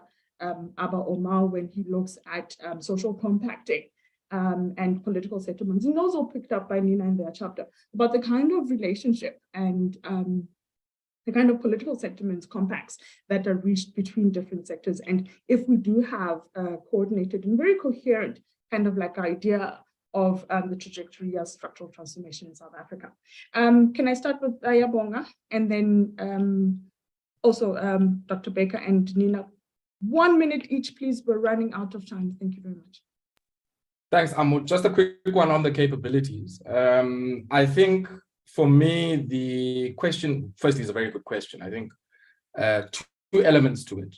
Which are the capabilities that we think we need to build in the state? And I think the point that Nina was making is critical, that there are certain capabilities that are acquired by doing and not just by theorization that we need to develop in the state. And in the article, one of the things that I raise is this idea of mapping and having a very in tune market intelligence of who is producing what where under what conditions. And I think that that is important in the industrial policy sense, so that, you know, the act of statecraft of assessing, you know, reviewing and iterating and continuously reviewing what it is that we do must be informed by an assessment of which capabilities exist in the economy and which ones don't exist but might have some latent possibility of existing at some stage, provided that there is some kind of support. I think the that we need to develop in a global economy driven by, you know, global production networks, buyer-driven value chains, in some of the critical industrial sectors that we want to defend and advance, is this idea of bargaining, negotiating in a condition of unequal market power between the state and lead firms, many of whom are multinationals and in some cases are even domestic producers in intermediate input markets. And I think that that is a strategic capability that might allow us to translate some of the policy ideas into meaningful experiences from which we can learn. From industry side, I think there is a few things that industry needs to acquire. One of these is this attuned sense of fixed investment in conditions of uncertainty. There's a seeming reluctance from South African industry to take on new product lines in instances where there's some form of strategic and ambiguous uncertainty. And of course, the bigger question is that we don't have a big enough market here at home.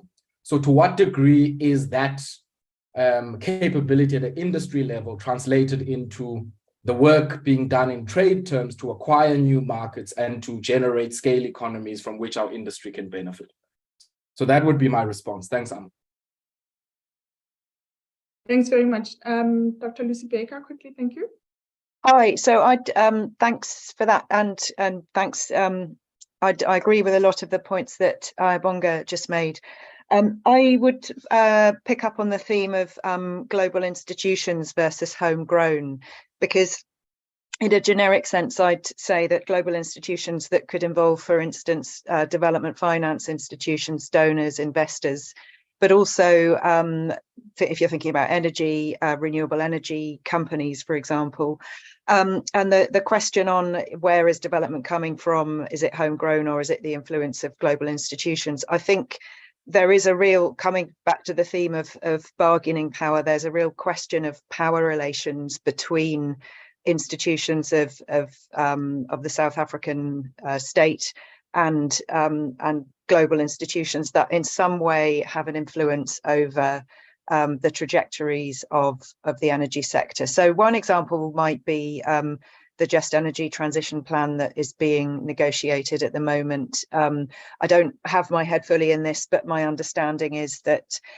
is this finance, will it be debt, will it be loans, will it be concessional loans, will it be grants?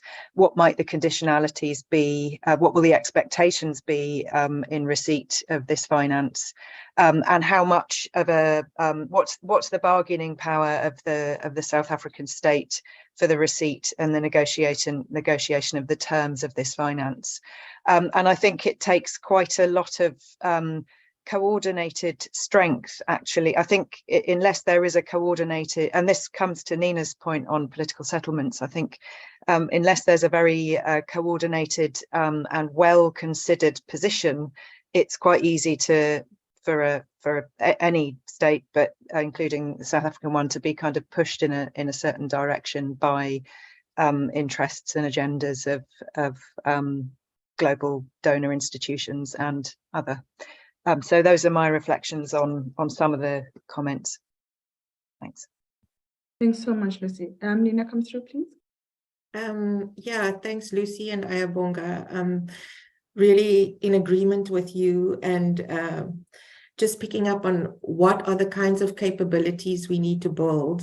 I think that we need to strengthen relational capabilities. And I think the conversations, especially around how policy is articulated, is it articulated by a set of relationships that express doability, or are they kind of belabored with ideological positions of what that policy is supposed to produce in real time? And I think the interest in relational capabilities is very much around what Lucy talks about, this expression of agency, this ability to grab hold of and articulate and amplify a shared mission, really kind of is behind this idea of agency. Like, what are our negotiators' sense of agency when they negotiate with the IPG for the 8.5? Is there a sense of shared mission?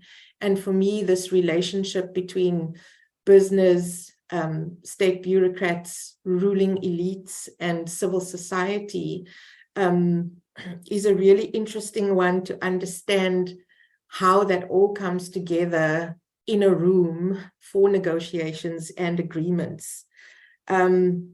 Also, just picking up on John Mattison's point around mutual agreements doesn't always translate into missions for public value. And so the agreements around who bears the most risk is often very uneven. And how do we kind of come to an agreement where we don't take on unnecessary risk or unnecessary debt in the case of this 8.5, understanding what's really inside of it. And so I think this relational capability, this ability to amplify the mission, to really believe in it, and to also have some faith in our own financial resources as something to rest on, or to improve our confidence for the kinds of terms that are agreeable. Thanks. Thank you so much. I'd like to extend a thanks to the morning session.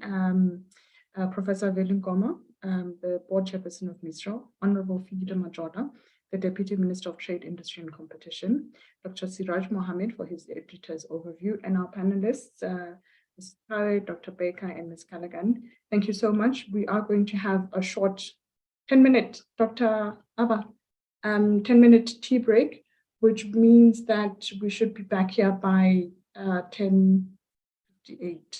Thanks very much. Let's say by 11 o'clock precisely. 11 o'clock. Yeah. Okay, thank you. Making it 12 11 minutes. o'clock, can we come? I'm in a generous mood today.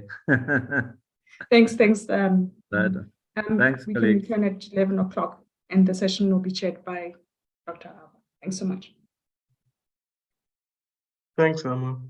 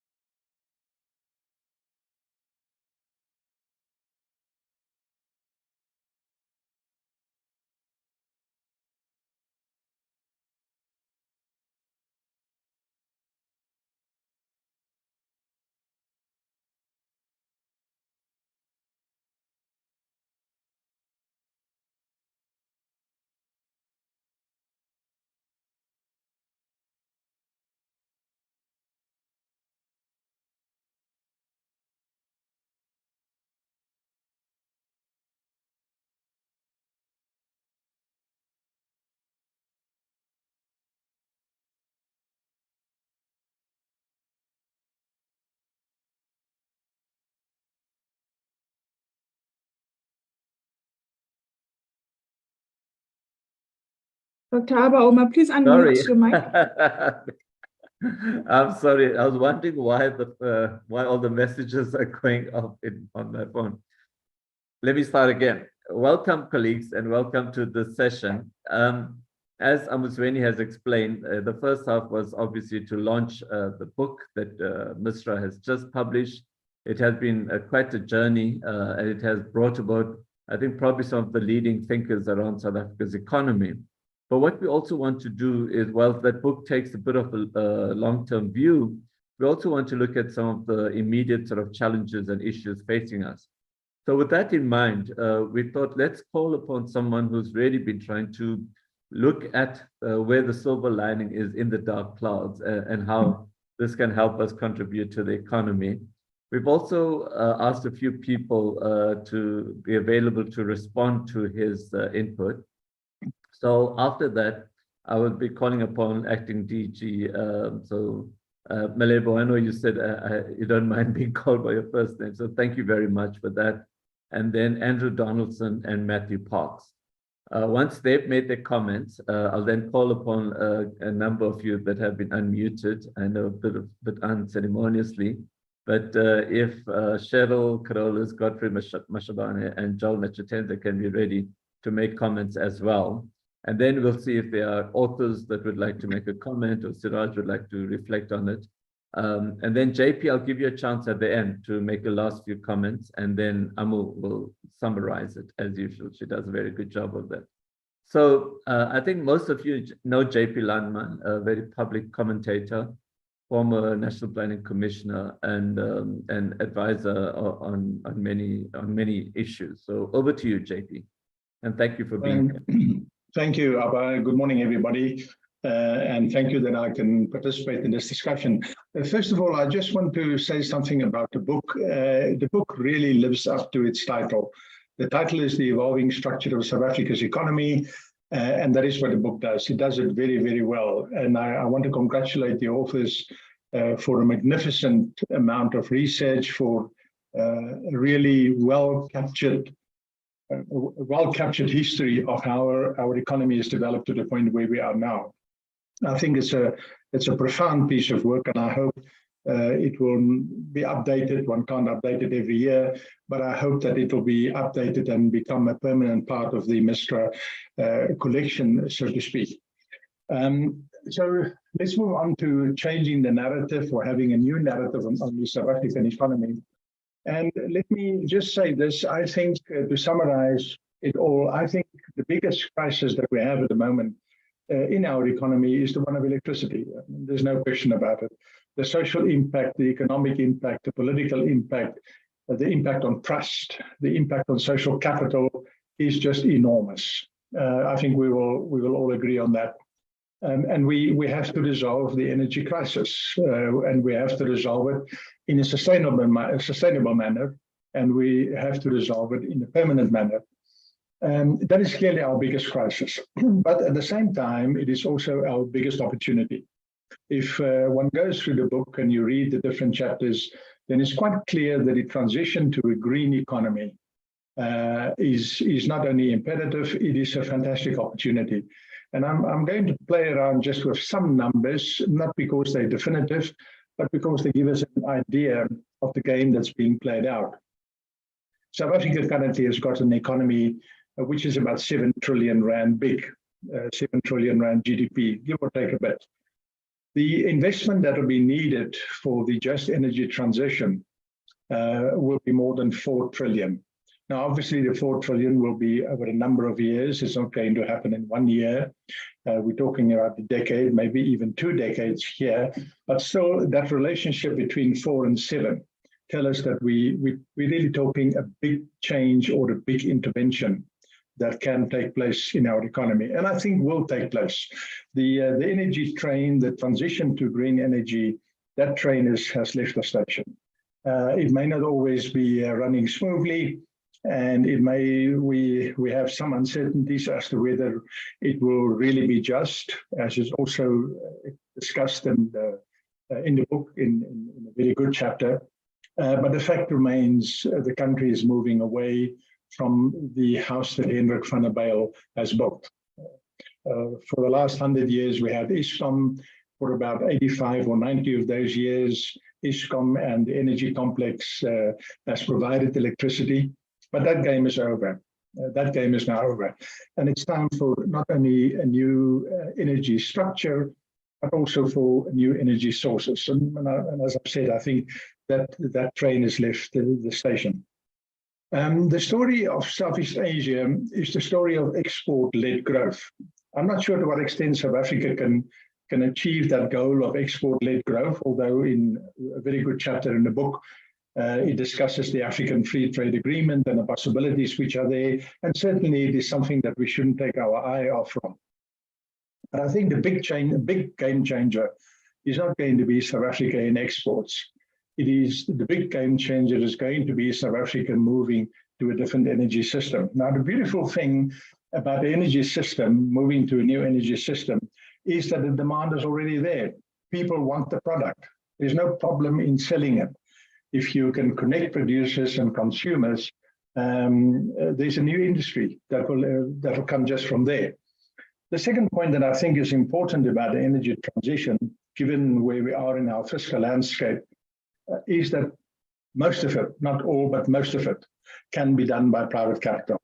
And I think the chapter by Mark Swilling and his colleagues on political settlements illustrate to what extent it is possible to mobilize funds and mobilize money for this transition. Let me just deal quickly with one point that we really don't have to waste time on. Of course, there's a role for the state to play. You know, you must really be either a complete ideologue or a dinosaur if in the time and day in which we live, you think that there's no role for the state. That I think is just complete nonsense. There is a very definite role for the state, and one will work out from case to case precisely what that role is, where the demarcations are, what is possible, what is not possible, and so on. But there's likewise a role for the state to play in the energy transition as well. And that role must not be neglected or must not be surrendered. It must be played to the full extent that it's necessary to defend all the sections of our society and to make sure that justice indeed takes place. But there's no question that the game-changing potential, I think, is enormous. Andre Zaiman has raised a question this morning in the chat on building capabilities. And I think green energy gives us an enormous opportunity. It gives us an enormous opportunity to build capabilities which are at the moment still nascent and still small. And as we move to more local production of the materials, the products that we need for the energy transition, industrialization can take place, requiring more skills, requiring more capabilities that can be built. You know, just look back a little bit at history. In 2016, only, what is it now, 7 years ago, Brian Molefe decided not to sign any more independent power producer contracts when he was the head of Eskom. That led or had the result that the energy transition program screeched to a halt. But not only that, there's a factory in New Germany, in KZN, manufacturing solar panels. They had to close down. The company was closed, people lost their jobs, and it was only very recently that production of solar panels has again started in South Africa. And now our problem is that if we want to industrialize, given the load shedding crisis, we don't manufacture enough local solar panels. Now you've got to start walking away from the industrialization or local production imperative. I'm quite sure as we progress, we can come back and again introduce or reintroduce local production requirements. But the point I'm trying to make is that suspension in 2016 has really undermined our efforts to industrialize and to localize when it comes to energy. But it also illustrates the potential that we have. So Andre's point about building capabilities, I think, is an essential point if we want to solve the problem of unemployment and poverty, and to some extent, the inequality that we have in South Africa. We're not going to turn this country around, and we're certainly not going to have the kind of economy that we want if we cannot upgrade our performance when it comes to jobs, providing people with skills, and then employing people with those skills. So I'm fully behind the theme, which comes out in the book quite convincingly, that we must go for a decarbonized mining energy financial complex. We have the capital markets, we have the financial markets. It is quite possible to mobilize the capital to finance the green energy transition or revolution. It's not the only one. There are other areas as well. Water was mentioned this morning. But water is not yet as far advanced as energy is, but certainly it is a possibility.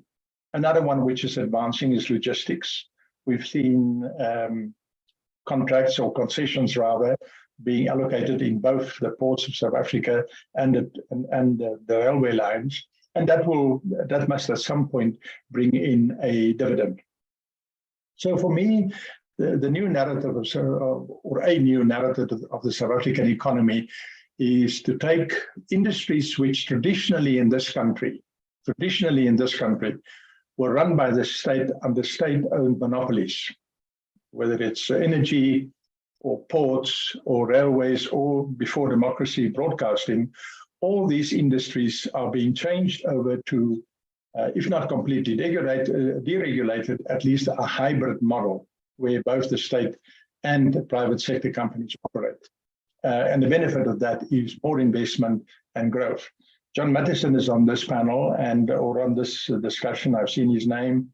He related a story in his book about what happened in broadcasting, of how he was, when he was serving as a commissioner in the Independent Broadcasting Authority, how there was an argument, should we just say, okay, in 1994, 5, 96, this is how big the broadcasting industry is. Let's just talk about how we're going to chop it up or divide it between different interest groups. Or do we say, no, let's grow the industry and then also consider the issue of chopping up? And he describes in his book quite convincingly how the decision to open up the airwaves, allow more radio stations to be formed, allow more television stations to come in, have really led to, I think, a 5- or 6-fold increase in the size of the industry, with many of those broadcasting stations today in the hands of Black entrepreneurs and Black shareholders. And I think Ayabonga's comments in his chapter about the possibilities of using the energy transition also to promote Black ownership and Black involvement in the economy are very compelling. So for me, that is part of moving from where we are to a green energy future. And I think we really have a very good story to tell to ourselves, because I think South Africans at the moment are so desperate and without hope. We have a really good and convincing story to tell to ourselves of what is possible to do. I just again refer you to the fact that we have a 7 trillion rand economy, and investment in green energy will be north of 4.5 trillion rand. Yes, over a period of time, absolutely, but it must be a very strange set of circumstances that will result in quite a big increase in investment, not giving us a growth dividend. That I think is highly unlikely. But my view on this one, just to summarize it, is this country was built, we sit here in Johannesburg, other people elsewhere, this country was built by the discovery of diamonds, gold, and cheap Black labor. Those 3 things gave us what we've got today in this country. And I think with a different context, with a completely different context, you now have minimum wages, you have trade unions, with an entirely different social and political context. I think green energy holds the promise of at least as much as the discovery of diamond and gold did. Let me just conclude with a last point. The one narrative that I don't think we can use in trying to paint a new story of the South African economy is macroeconomic policy.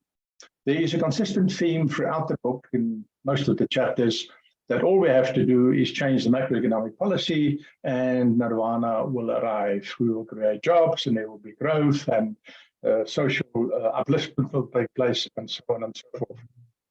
I like the outcomes that people foresee when these changes happen. Of course, that's fantastic. More jobs, more growth, more skills, more development, that's great. The problem is macroeconomic policy cannot change if the underlying macroeconomic fundamentals do not change. Macroeconomic policy in that sense is an outcome. It's the end of the story. It's not the beginning of the story. And what is the story? Well, the story is perfectly simple. South Africa is a country that imports more than what we export. We spend more than what we produce. We run huge deficits. And we are, generally speaking, there are some years which is an exception, we are generally speaking what the economists would call a current account deficit country. And the current account deficit must be financed. Somewhere you must find somebody or somebodies who will be prepared to finance it. And that is where the trick comes in. Our government borrows this year, it will borrow on current numbers 2 billion rand per working day. 2 billion rand per working day. It's an enormous amount of money that you have to go and borrow on the capital markets of the world and from the banks and so on. You put a fantastic amount of power in the hands of the creditors if you are in a position where you have to borrow 2 billion rand a day. Now, just to give you a feel for this, we had a tea break of 12 minutes, and I just worked out in that tea break of 12 minutes that we had, the government in those 16 minutes, or 12 minutes rather, the government had to borrow 16.6 million rand. Now, I really just want you to sort of think about that for 20 seconds. If in a tea break of 12 minutes, you have to borrow 16.6 million rand, then you can clearly see that this is not a state that's capable of calling the shots. It's the creditors that call the shots. And indeed, that's what they're doing. And we see that with rising interest rates and a declining appetite for South African bonds. There's a sentence in chapter 17, the one by Mark Swilling and Nina and by Wendy McCullum, which is quite chilling for me. And I write about the fact that development finance institutions in South Africa are increasingly can only access money denominated in foreign currency, euros or dollars. And I find this a very chilling development. Why chilling? Well, South Africa is probably the only country on the African continent that is capable of borrowing large amounts of money in its own currency, in South African rands. And what happens, people bring their dollars or their euros or their yen or their renminbi or whatever, and they give it to the Reserve Bank, they exchange it for rands, and the rands go into the South African economy, and a huge part of those rands go to the government, into the state coffers. Now, if we lose the ability to borrow in our own currency, we will really be at mercy of international capital markets and at the end of the day, in the mercy of the IMF. I think South Africa runs the risk at the moment when it comes to macroeconomics of going back to where we were in 1985, when a debt standstill, when South Africa lost access to international credit lines, a debt standstill had to be announced, and the economy, the real economy, took a huge dive or got a huge clap. Then it was the repugnancy of apartheid that caused the liquidity crisis.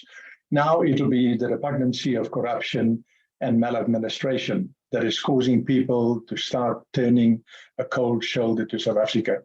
So I think the narrative that we must just change the macroeconomic policy and we will be fine is not, in my view, a correct narrative. Adesh has got 6 pillars, I think in chapter 4 it is, which is well worth studying and reading and understanding. And if those 6 pillars can indeed be built, there's absolutely no question about it. We can turn our macroeconomic situation factors around, the underlying factors, we can change those around, and then you can have a different macroeconomic policy. But until such time as we change those basic building blocks, we are just fooling ourselves. To ignore the current account deficit constraint is not a policy. It's not a policy. It's simply just recklessness. So to summarize, yes, we are in a difficult spot. I think that's the one thing we can all agree on. We don't have to reiterate that. It's very well documented in the book, very, very well described, fantastic amount of research. Can we have a new narrative around the economy? Absolutely. If we go in boots and all behind the green energy transition, you will unleash private investment, private capital, private technology, which is abundantly available in the world, something which the world also wants, which is a green transition. And we can put South Africa on a completely different path. We've got the customers, we've got the consumers, they want to buy electricity, they want to have it. So there's no question on the demand side. All we have to do is satisfy the supply side, and we can build ourselves an economy which can double. I really think it is possible to double it in the next 10 or 15 years.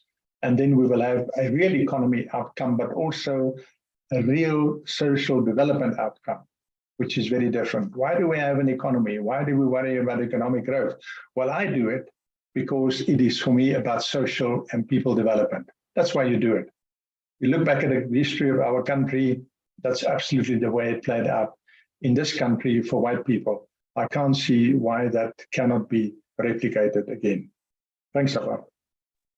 Thanks, JP. As usual, you never disappoint. So thank you very much for those provocative comments. So as indicated, we'll be calling on a few people to respond. If you can keep your responses tight, not more than 5 minutes, I'll appreciate it. So Malibo Mabiche Thompson, if I can call you acting DG, if you could come on and give us your comments. Thank you. No, thank you. Thank you very much. I hope you can hear me okay. Thanks, and good morning to everyone on the call. Strangely, I'm going to agree with that analysis. That where we are at, we've put ourselves in a corner where we're literally losing options by the day. And we're being pushed into a place where policy making is going to just be measuring with minors, doing very small things here and there, because we've pushed ourselves out of the policy space that we need to have in order to industrialize, in order to create for people an environment that would allow them to develop, provide for their families, and be able to be innovators and all of those good things that come with industrialization.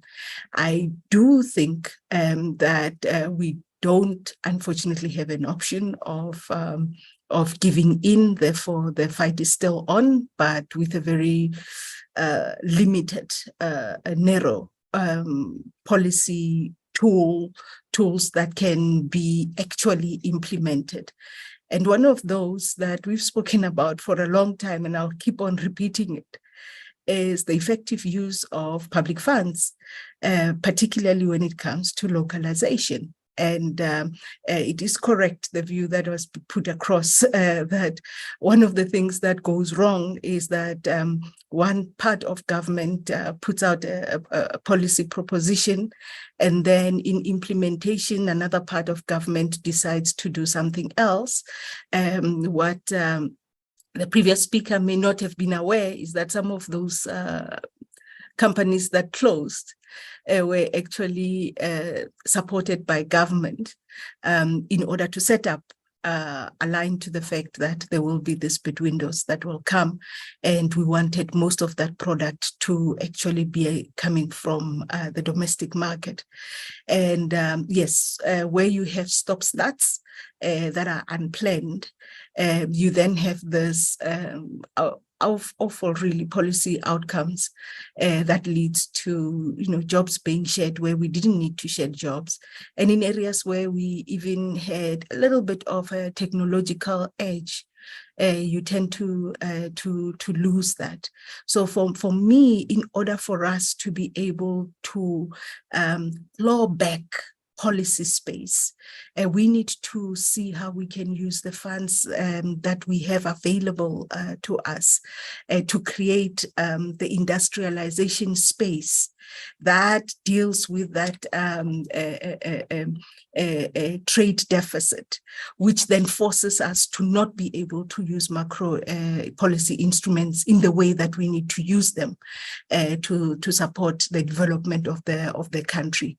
And I'm not saying that it is a panacea on its own, but it is one of those big things that are in our hands to do, making sure that at SOE level, and even working with various industries, that we are starting to look more internal based on our capabilities, things that we can procure here, and we prioritize those a lot more. And then in doing that, create that virtuous cycle of benefits that can then go to various parts of society. I mean, this has been marred with things that it shouldn't have been marred with, lumped up with tenderpreneurship that just wants to inflate prices beyond what even the state can afford. That's not what localization is about. And marred with kind of a shallow empowerment where you just give people a stake in a company so that they can go and import, and then you call that that empowerment. That's not what we've put across as localization. And the other point that was raised, which I strangely agree with, is that we do need to reflect on where are the areas where the state needs to play a role, and where we don't need that big of a role, allow the private sector to come in and play that role. In most instances, it is in the areas where the state has to be in the first taker of risk, in order to bring in the other players. But we do that in a context where the state itself may not have the appetite of things going wrong after lots of monies have been poured into particular projects. So again there, I mean, adjusting our risk appetite to the problems that we need to solve is an important point that within the state will have to think about.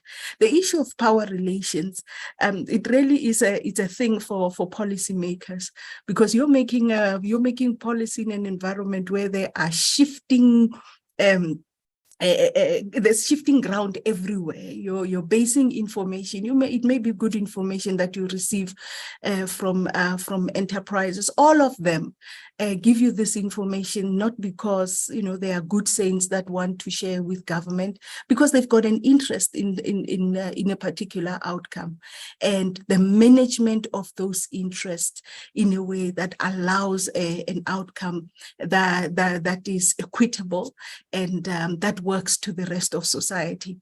And then the things that ordinarily we wouldn't link in with economics then comes in, whether as a nation we actually do have a shared outcome in mind, or whether we are just a collection of people and we haven't visioned correctly where we want to go. And much as those, we haven't really kind of worked them out in the way that we need to work them out. It is these things that are eating away at our ability to create the policy space that we need to create in order to deal with the big problems that we need to deal with. So I think, like I said, strangely, I would agree with what was mentioned, but I would also agree that the state should not be quick to exit particularly areas where competitiveness of the country is at stake, and that just relinquish that without really careful thought of what that would mean for other players. Because when you relinquish things like logistics to the private sector, it has to be under an environment where you can actually monitor that when the other particularly new players, small players, various other stakeholders come in, they are not impeded by this gross requirement to control the market and do certain of those things that sometimes we find in industry, especially in the context of our own economy, where it is so concentrated. So when where the private sector can play a meaningful role with PPPs, public-private partnerships, that allows that services are delivered to the required quality, required price for citizens. I think that's an important role for the private sector to also come in and play.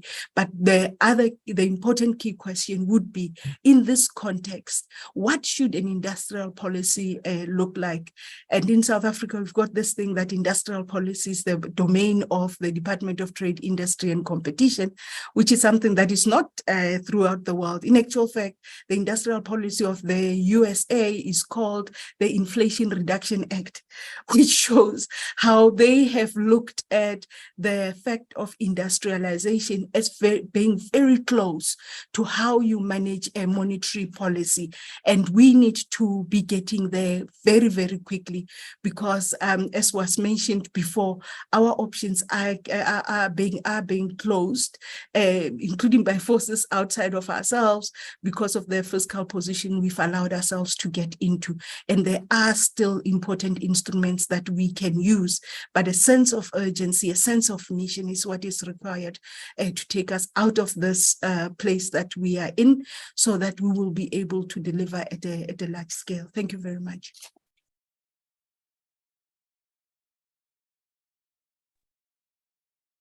I must learn to multitask video and sound. Thank you very much. And thanks for bringing that perspective of the role that the state can and should continue playing.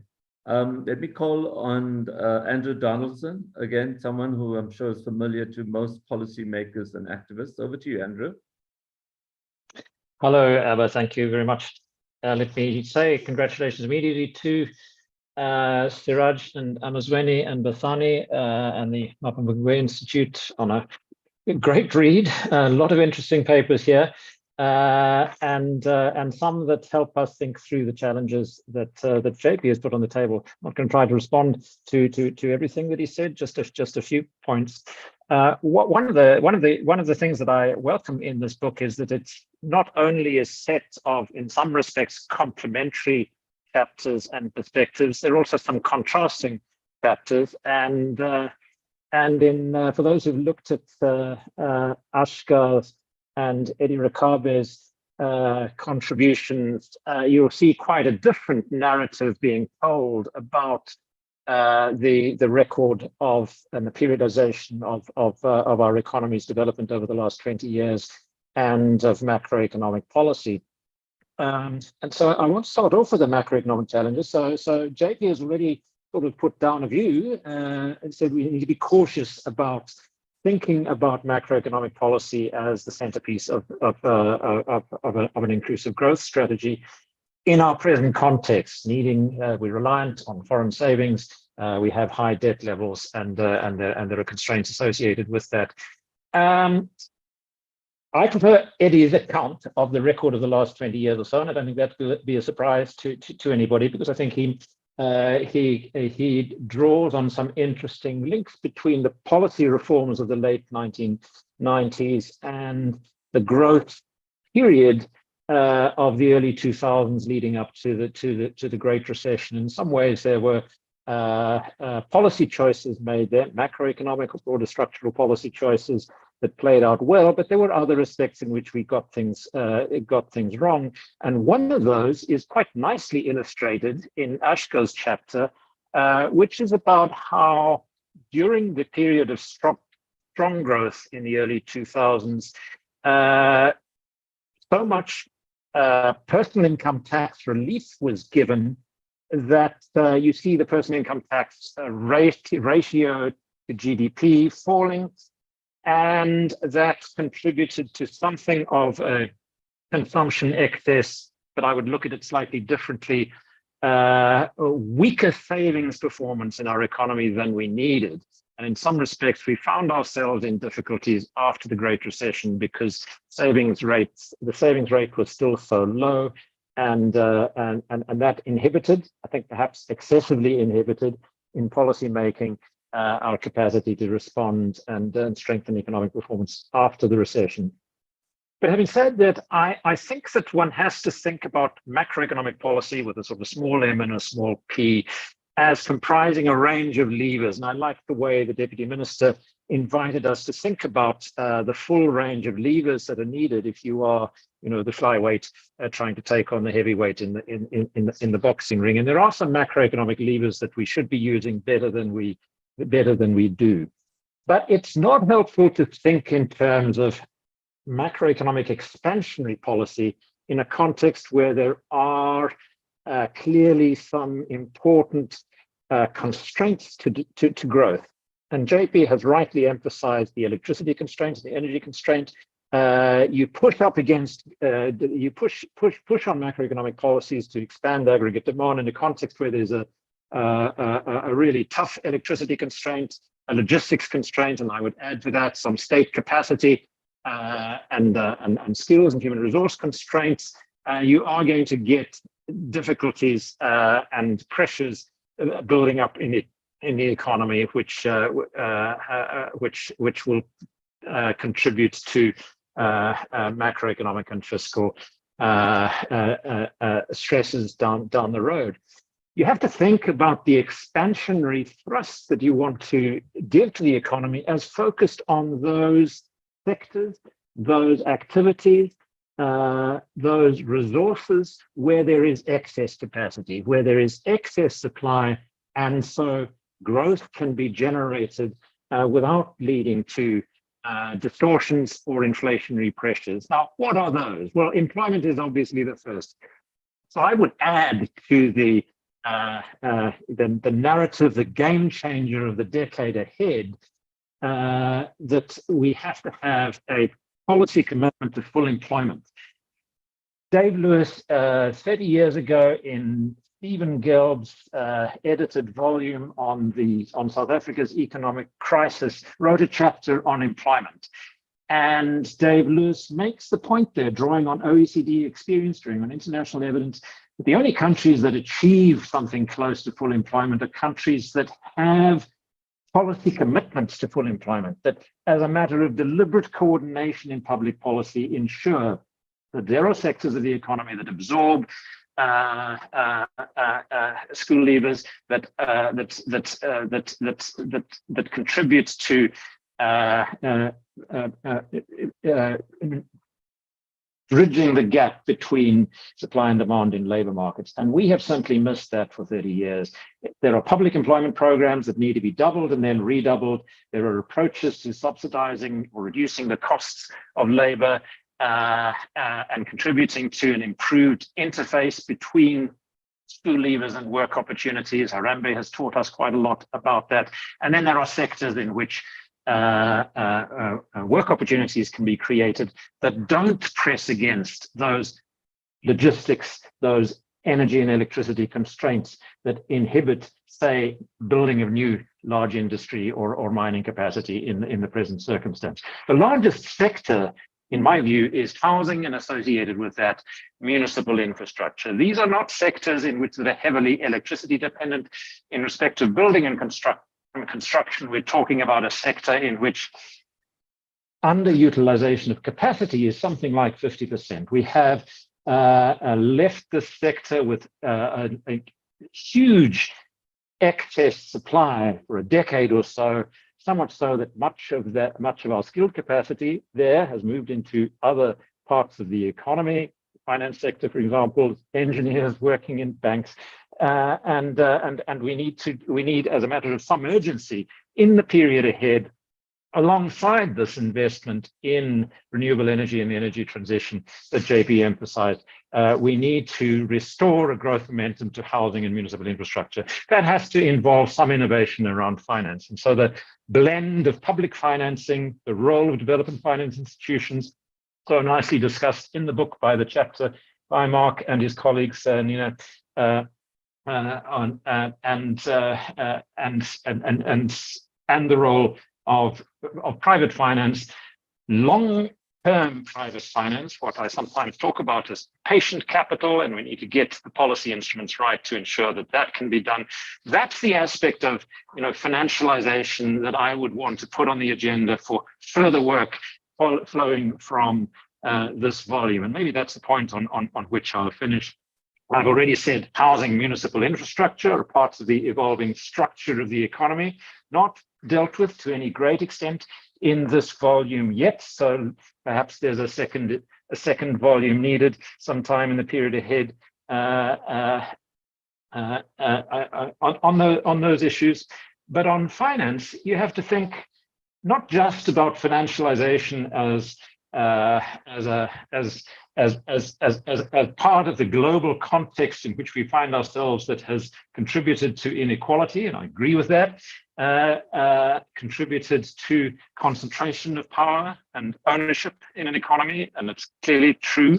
But you also have to think of financialization as changing the balance of human resources in the economy. And that's one of the problems with a policy framework that relies too much on the state or relies strongly on state capacity.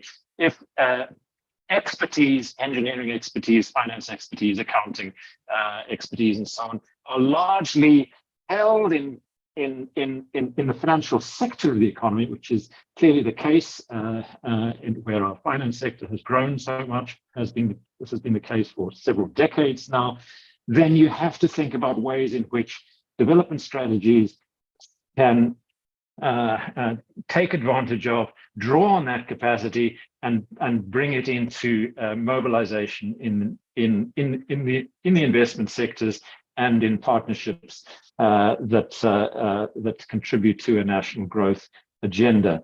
And there are some important clues about how to go about that in the concluding chapters of this volume that begin to talk about this, the political partnerships, the negotiated political settlements that are needed between business, social stakeholders, government, in ensuring that resources are directed to growth, not just in industry, but in the sectors in which, and I'm particularly wanting to emphasize the sectors in which employment creation can be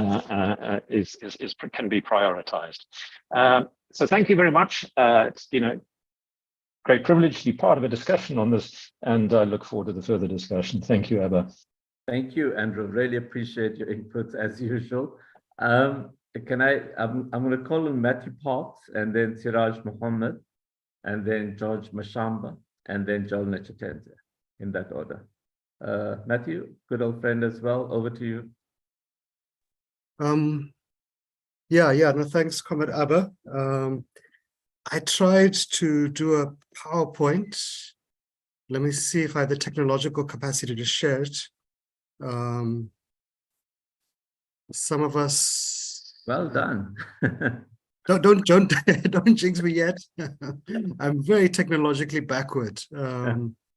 Fingers crossed. Hopefully you can hear it. Hopefully you can hear me. Sorry. Yes. Hopefully you can see it. And yes, and we can hear you. Yeah.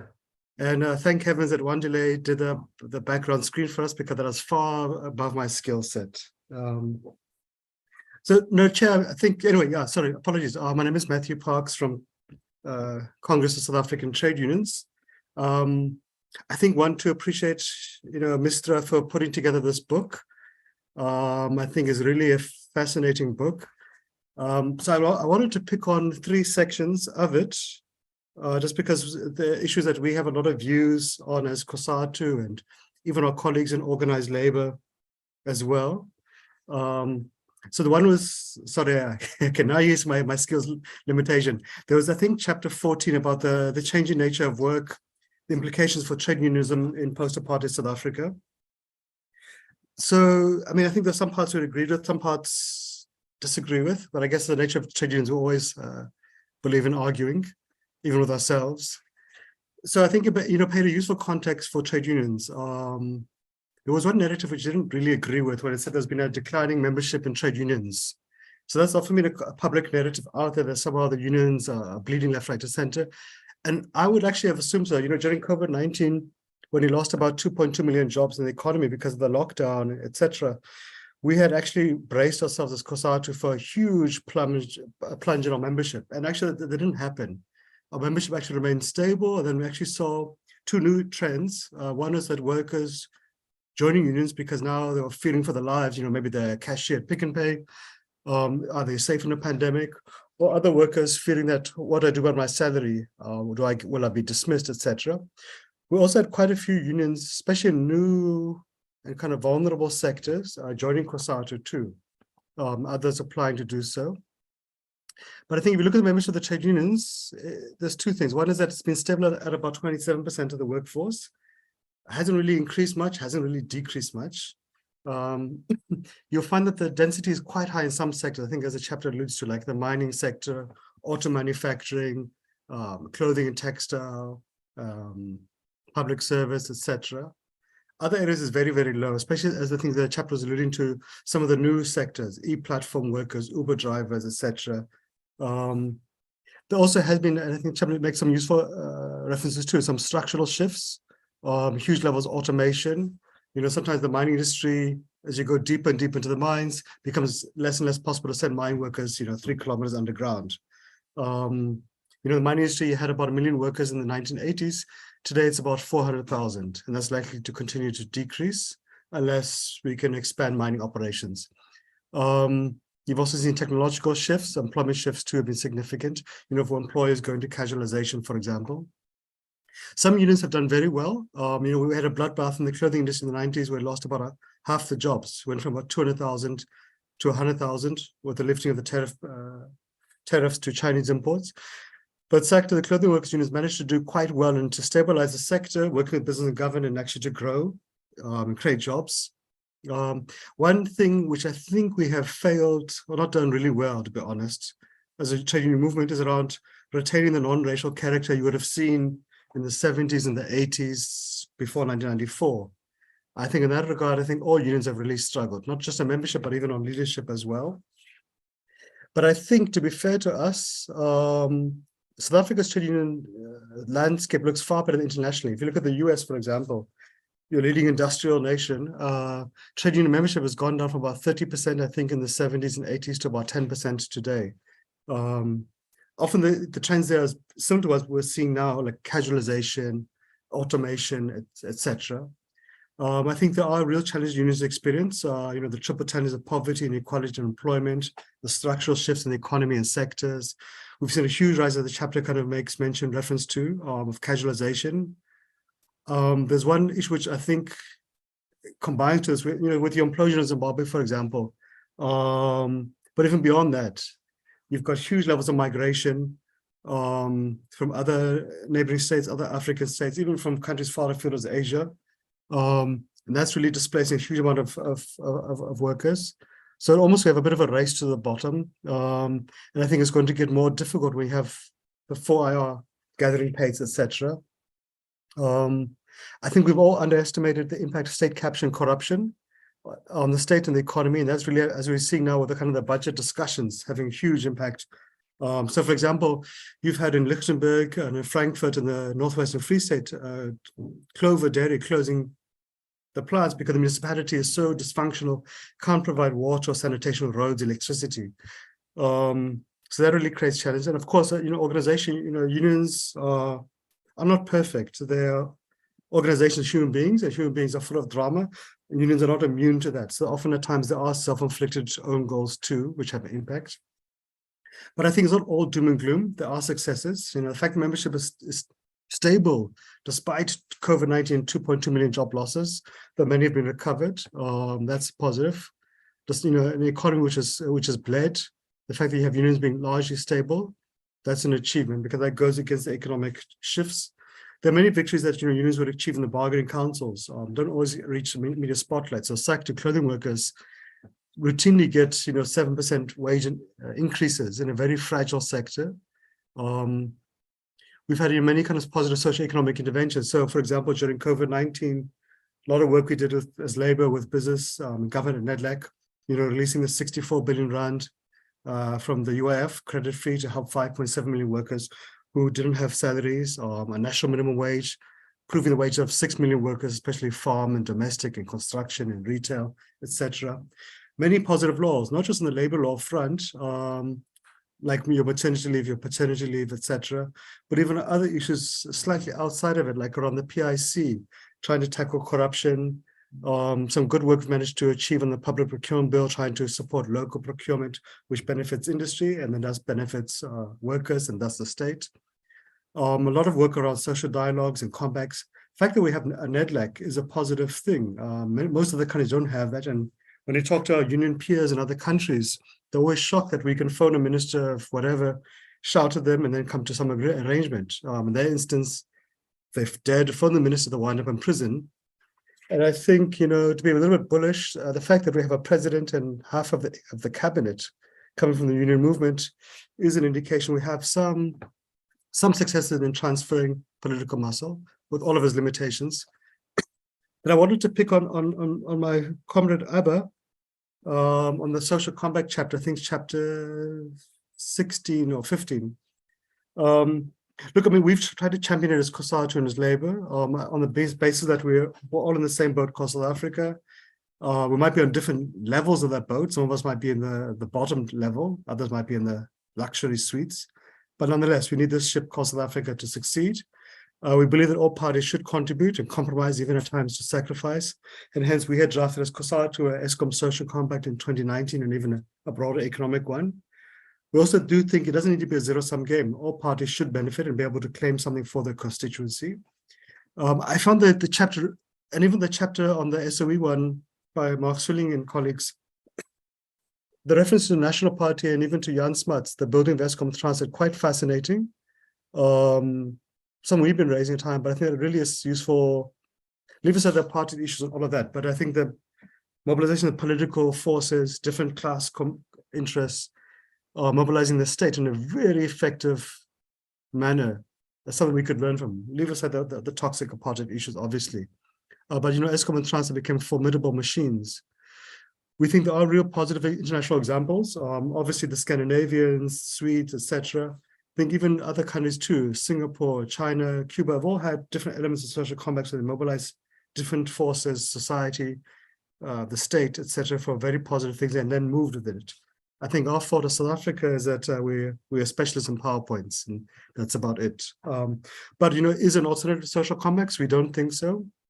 We think there are real challenges like the triple challenges, the socio-economic crises. I think there's a real fear of change, naturally. Social partners included are fearful. Society doesn't have trust in any of us in the body politic. I think at times all leaderships are a bit afraid to be bold, afraid of backlashes. We witnessed with our compact discussion, NEDLAC, a real capacity challenge around government. So you can sign a beautiful agreement, it's wonderful, very revolutionary.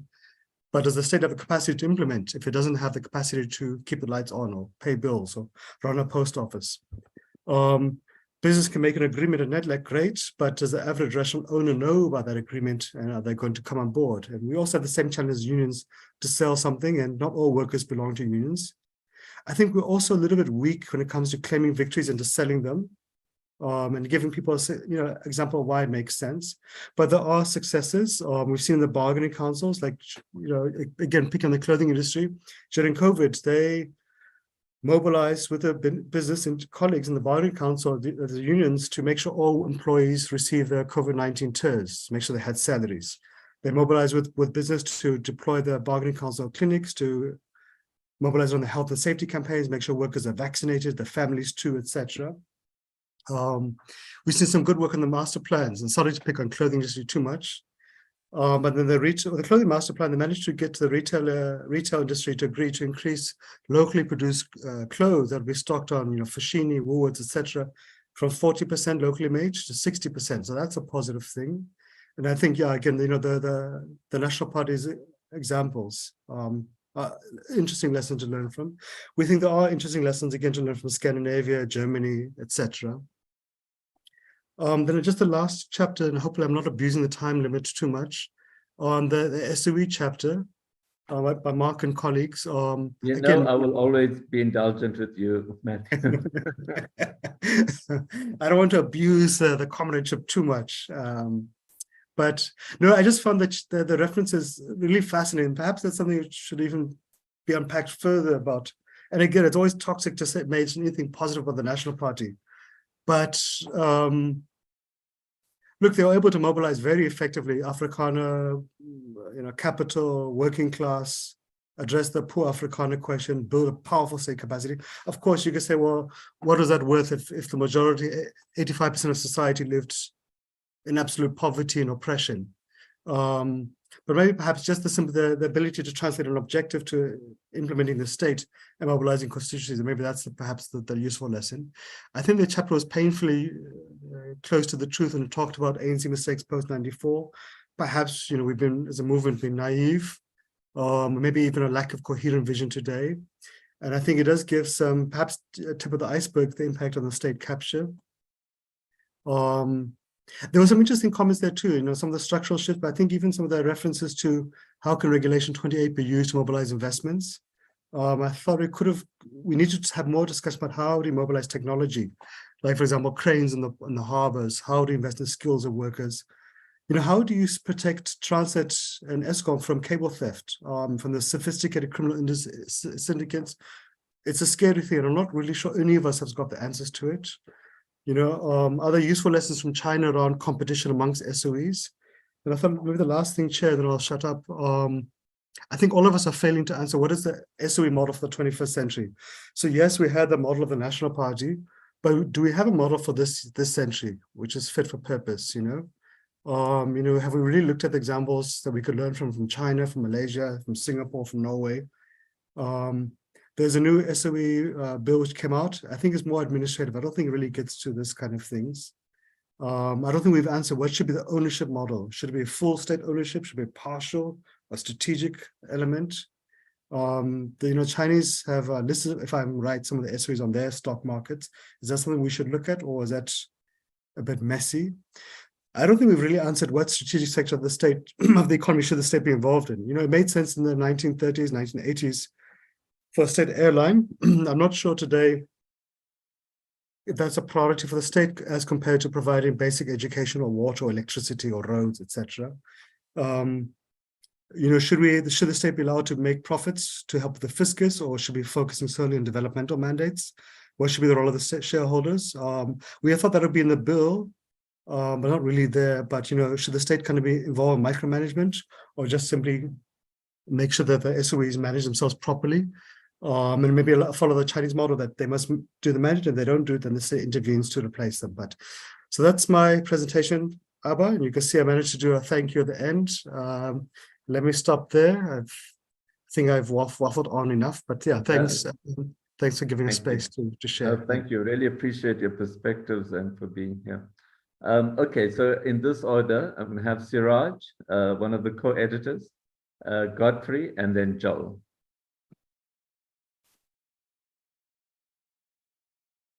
Okay, thank you very much, Abba. I just want to share screen quickly. If I can find it, yeah. And it's a response to this idea that South Africa has more imports than exports, and so we can't afford to have the kind of macro policy we want. Besides, spending more than government spending more than they earn in revenue. So this chart is basically looking at the current account dynamics. The green bars are the trade balance, and the red bars are the net financial transfers. So these happen on the current account as well. And we see that the current account has been driven, particularly since the early 2000s, by the financial transfers. And this is very much linked to the fact that we've liberalized our financial account. We see, if you look at this chart, sorry, it could be confusing, but if you look at the yellow, it's our net portfolio investment. So basically, foreigners bringing money into the country, and they need to repatriate profits, dividends are paid to them, etc., but also other kinds of transfers. The green little slivers you see on top, the small amounts, and unfortunately these boxes that show the small amounts and often negative, is net direct investment. So we basically relied on hot money, and this is driving our trade balance, our current account, not the trade balance. Our trade balance is actually, for most of the years over this period, the majority of years, has been positive. So basically, when it comes to talk on macro policy, I have to say that JP is wrong at a very fundamental level. The other fundamental level at which is wrong is that he's looking at things from a fairly neoclassical perspective, and that, you know, when we want to talk about driving change, driving transformation, driving for employment, we need to look at an alternative macroeconomic perspective, particularly based on the kind of Keynesian views that were developed because of problems after the Great Depression of misallocation of capital, but also to deal with unemployment. That, I mean, the general theory was written with a concern for the number of people that were unemployed particularly in Britain during the time. So there is a need. We need to look at the macro fundamentals of microeconomic policy, not just say that, you know, we don't have the micro. On the micro side, there's a lot to be done, and there's a lot that I agree with from what Andrew Donaldson was saying. But I think we need to look at where the space is and be less concerned with the inflationary pressures and more concerned with the instability issues. And there I disagree with him on the contrast between Eddie's paper and Oscar's paper. And I think thinking about stability should be about socioeconomic issues, the size of unemployment and the destabilization caused by inequality.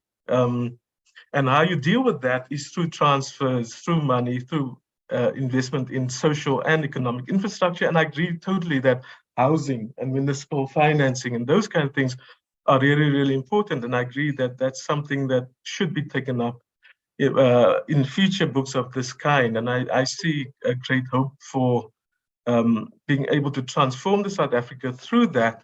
And if we do run into, in certain sectors, some kind of inflationary pressures, I mean, at the moment, we're seeing average capacity excesses of over 20% in some sectors, in manufacturing and others.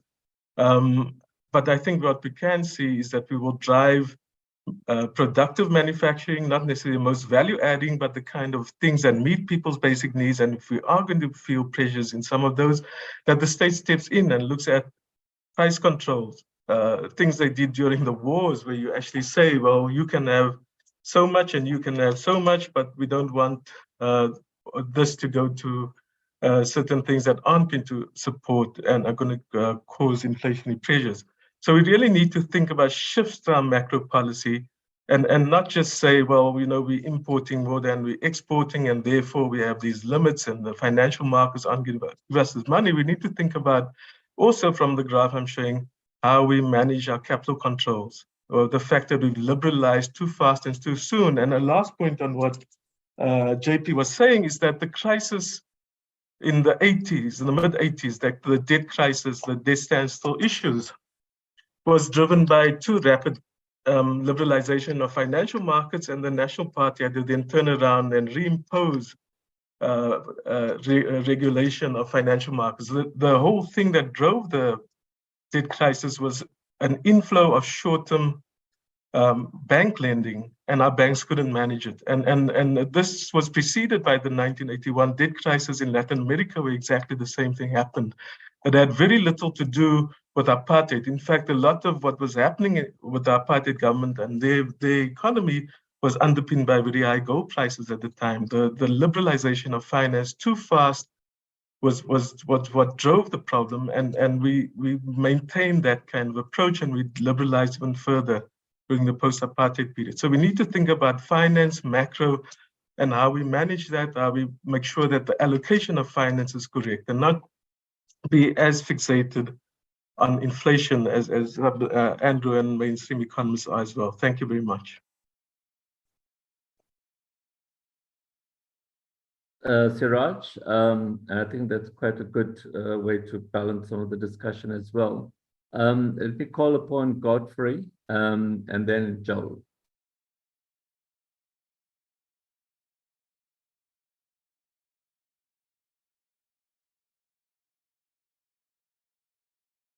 Hi, Godfrey, are you here? If not, can go on to Joel Nechatenze. And then there are a few questions that have been raised in the Q&A. So Malebo, I'm not sure if you want to tackle Busani's question about scale and localization. John Matheson raises the question about state and business relations. So maybe JP, you could look at that, or Andrew. And then I think the whole issue about capacity and skills around climate change. Okay, Joel, over to you. Thank you, Abba. Can you hear me? Yes, clearly. Okay. No, thank you very much. And thanks to the editors, the authors, and the panelists. I think there was an interesting idea from JP Landman about a continuing update on the economic structure as it evolves further. This is a question for reflection by Mistra and the editors, whether we could have, say, a 5-yearly review in the form of a book or a paper or some other publication with a set of indicators on how the economy is, or the structure of the economy is evolving. It could be an interesting exercise, and it may also help in monitoring the impact of the low carbon transition across the value chain of extraction, processing, manufacturing, and services. And having listened to Landman again, the question that arises in one's mind is why the economy is currently posting positive growth at all in a grim macroeconomic, energy, and logistics environment. There are a few economists who argue that the totality of reforms that have been introduced have the potential to raise the South African growth path towards around 4% per annum and more in 2 to 3 years if the immediate inhibitors are addressed. And what is happening now is a signal that we may be starting to climb onto that higher growth trajectory. This is debatable, but it is worth monitoring. And an important question, as Ayabonga has observed, is whether we will use the green transition to shift the structure of the economy in a positive direction. My next comment is to underline what one argues in the chapter on lifting the colony whilst improving the metropolis. This is that when we talk of the structure of the economy and how to ensure that it serves all South Africans, we need to think of who most of these marginalized are. And most of them are unskilled or semi-skilled workers. And so, as one argues in the chapter, we need to consider intensifying such interventions as low-end manufacturing, including through SEZs, as a temporary measure as you climb up the manufacturing sophistication ladder. The other intervention would be the agricultural program, which is enunciated in the National Development Plan, and of course also focus on micro and informal enterprises. On the latter, for instance, we registered the informal operators during the height of COVID-19. And the question is how we can use the data to assist them more effectively and on a continuous basis. Lastly, I wouldn't want to venture into the macroeconomic issues, the debates on fiscal and monetary policies.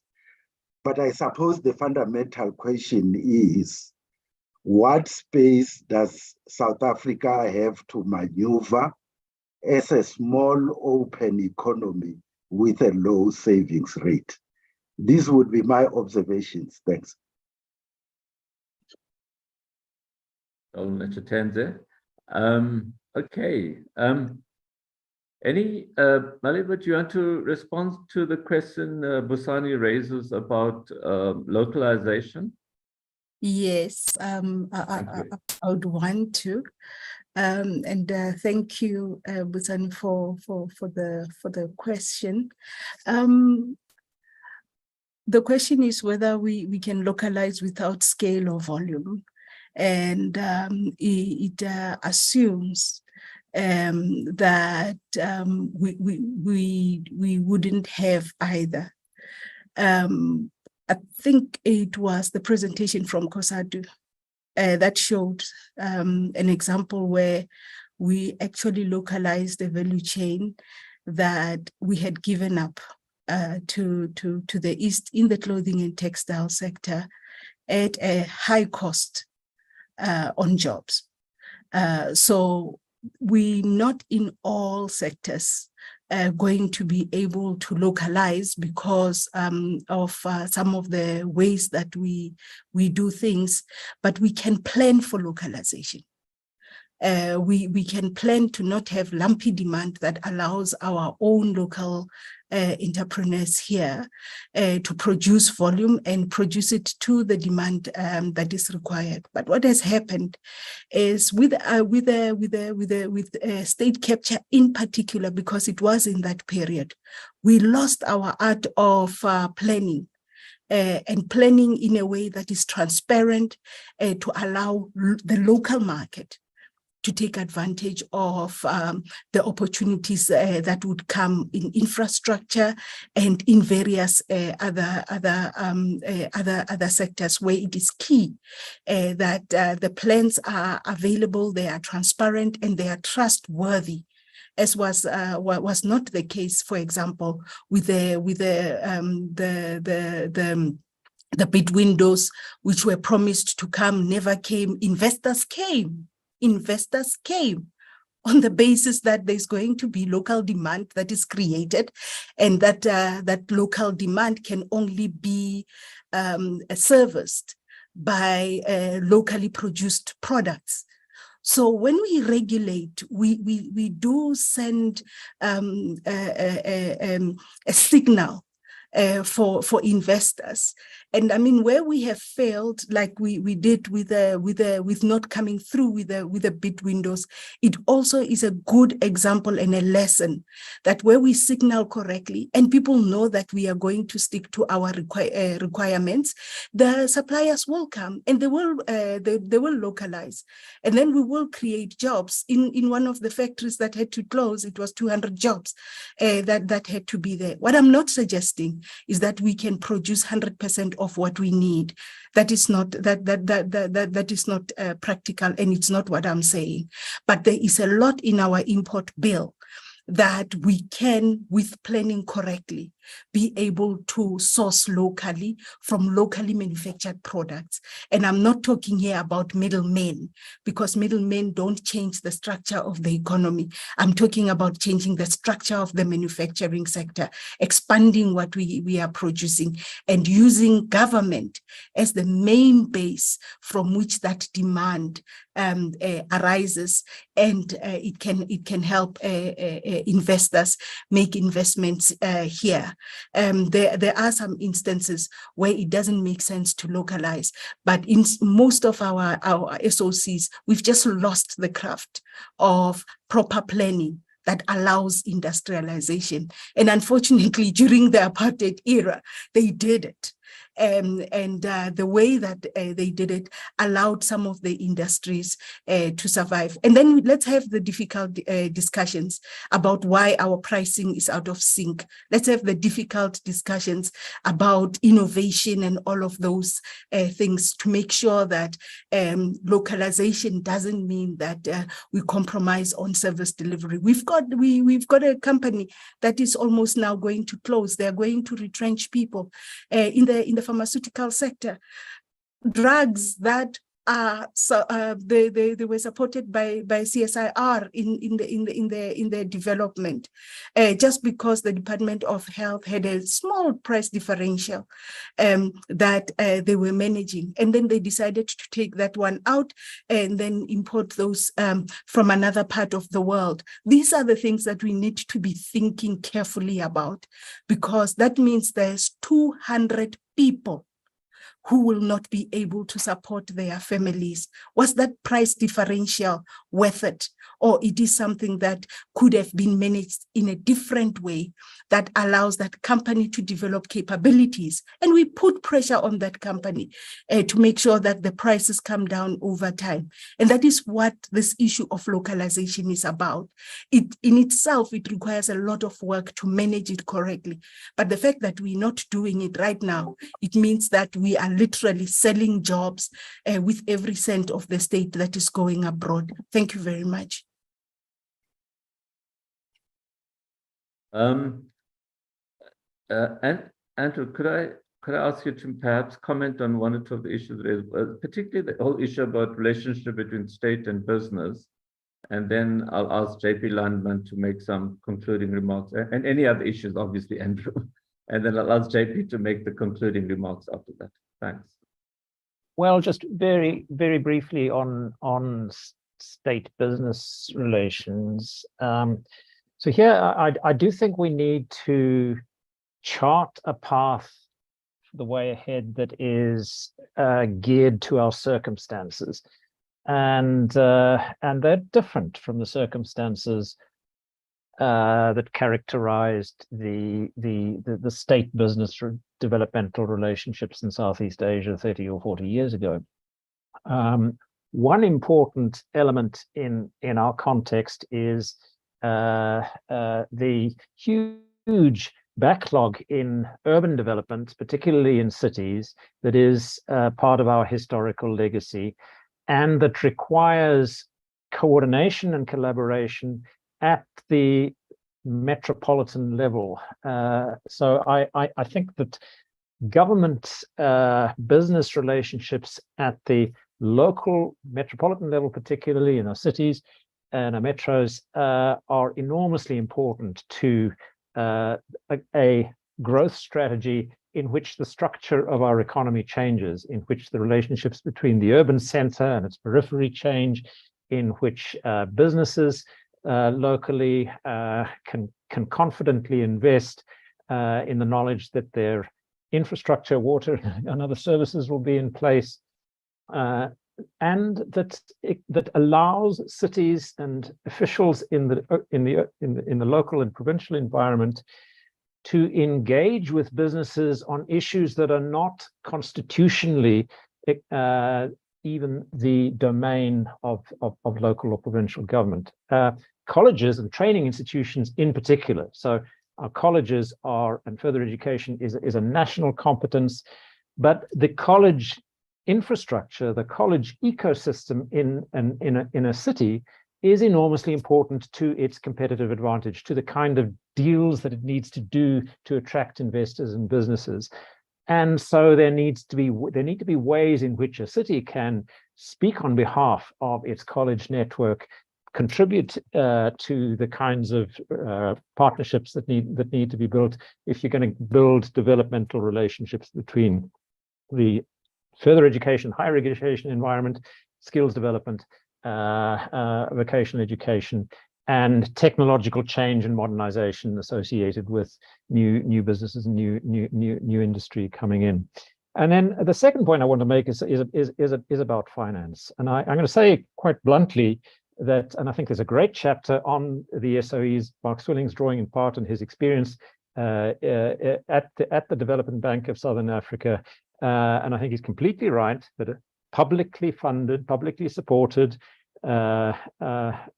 instruments of the public finances that play a role in lending and in financing infrastructure off a broad public sector balance sheet are central to a growth and development strategy. But our development bank is much too small. So we put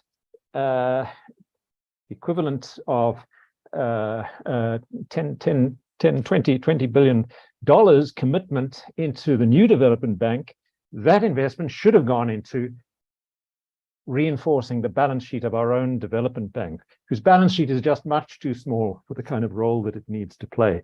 We made a strategic, almost geopolitical choice there that I think was a huge mistake. And we need, for the period ahead, to concentrate on building our development finance institutions that are locally oriented and that can be vehicles of collaboration, vehicles of financial partnership between our deep and well-developed capital markets and private financial institutions an ability to invest, but need to do so in a co-funded arrangement in areas like housing and municipal infrastructure that I talked about. Well, those are just two aspects, if you like, of that business-government relationship that seem to me to be central to an inclusive growth path for the period ahead. Sorry, unmute. JP, if I can call upon you to make your closing remarks, and then Amol's going to take a couple of minutes just pulling the different threads together. Over to you, JP. Okay, thanks, Awa. Thank you very much. I'll go in the sequence in which people spoke. Malebu, yeah, I fully agree with you. Our policy space is narrowing, and what your contribution did was to add an element of urgency to our discussions and to where we are, and I think that's very important. I fully agree with you on the need for localization and the fact that we must be clever about it. We mustn't be stupid. So Bosani's question about water pumps, maybe water pumps is not an example of a product that can be localized, but there are certainly many other products being used in our economy which we import, I would say, unnecessarily. We can develop the capacity and the capabilities to manufacture those things here locally in South Africa. So it's a question of boxing cleverly. I don't think it's a question of not being in the boxing ring at all. Andrew's contribution, I think, was very powerful, Andrew, for your point about a political or policy commitment to full employment. That's a very interesting and intriguing idea, and one that I think we should take much more seriously and develop further. You had practical examples. You said the public employment program should be doubled and doubled and doubled again. Okay, there's a fiscal implication there, but it is something to certainly consider. There is the wage subsidy, which perhaps should be expanded. And then you focus, I think, very importantly on housing and municipal infrastructure. As two areas where you don't really need, you don't need a lot, so to speak. It's labor intensive. You don't have to import equipment. We can finance it locally. And there is surplus capacity in the building and construction industry. There's no question about it. I found that that practical solution, that practical option, very, very tangible. And your point about a full employment or a commitment to full employment was underscored by Matthew Parks' comment about the impact of the fourth industrial revolution. I think, Matthew, that is something which we don't consider enough. The fact is, for all the wonderful things that ChatGPT and BART and the internet and so on, for all the wonderful things that they are bringing, they are certainly going to cause massive disruptions in the labor market. And not just at the low skill level, but also higher up. And we have to start thinking about solutions to that. There's no question. And linking your impact of the fourth industrial revolution with Andrew's point about full employment, I think is a worthwhile topic to consider further. Shiraj, your comments, you clearly misunderstood me. I was talking about imports and exports, not just in the trade sense, that's sort of the classical view, or classical understanding. I was particularly talking about current account surplus, current account deficit, which includes both financial and trade matters, as your graph, in fact, correctly showed. And I think, let's just disagree on this. We're not going to agree. I think if you're a current account deficit country and there's a financing deficit that needs to be covered, well, then it needs to be covered. It is as simple as that. But I know we take a different view, so let's just agree to disagree. Joel, I like your idea of perhaps looking at a 5-year repeat of this book. I think that's very worthwhile. One can develop indicators and monitor them and see whether we're progressing and how we're progressing. And I like your intriguing suggestion, because you're very careful to make it only a suggestion, that maybe the fact that we're growing at all at the moment, people tend to put it down to resilience. The South African economy is resilient. South African business people and workers and entrepreneurs are resilient. Maybe it's not so much resilience as the fact that we are seeing a huge amount of reform taking place, and in a very practical sense, investment taking place in green energy, and that may explain the growth. The only economist that I know of that actually runs with this point and has now for a while is Elna Moorman from Standard Bank, and she's been saying that as we make the investments in energy, we're going to see a tick up in growth, and it could very well be that is where we are. I think you said you didn't want to go into the macroeconomic debate. Perfectly understandable. It's an issue that divides people. But I think there's no question about the fact that with a small open economy, with a low savings rate, and with a financing need, that's the point. For me, it's not so much whether it's classical theory or neoclassical or post-classical or pre-classical or whatever classical. It's about cash flow. It's about cash flow. And if you need money to fill a financing deficit, then your options are slightly different. Andrew, I also, in your concluding remarks, you referred to the urban backlog.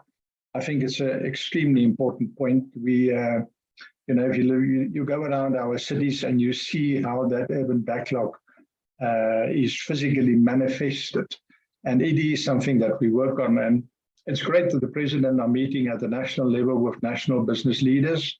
I have absolutely no problems with that. But I think your point is very valid that it should happen at lower down levels as well. That's perhaps where the biggest need is. That's all about. Thank you.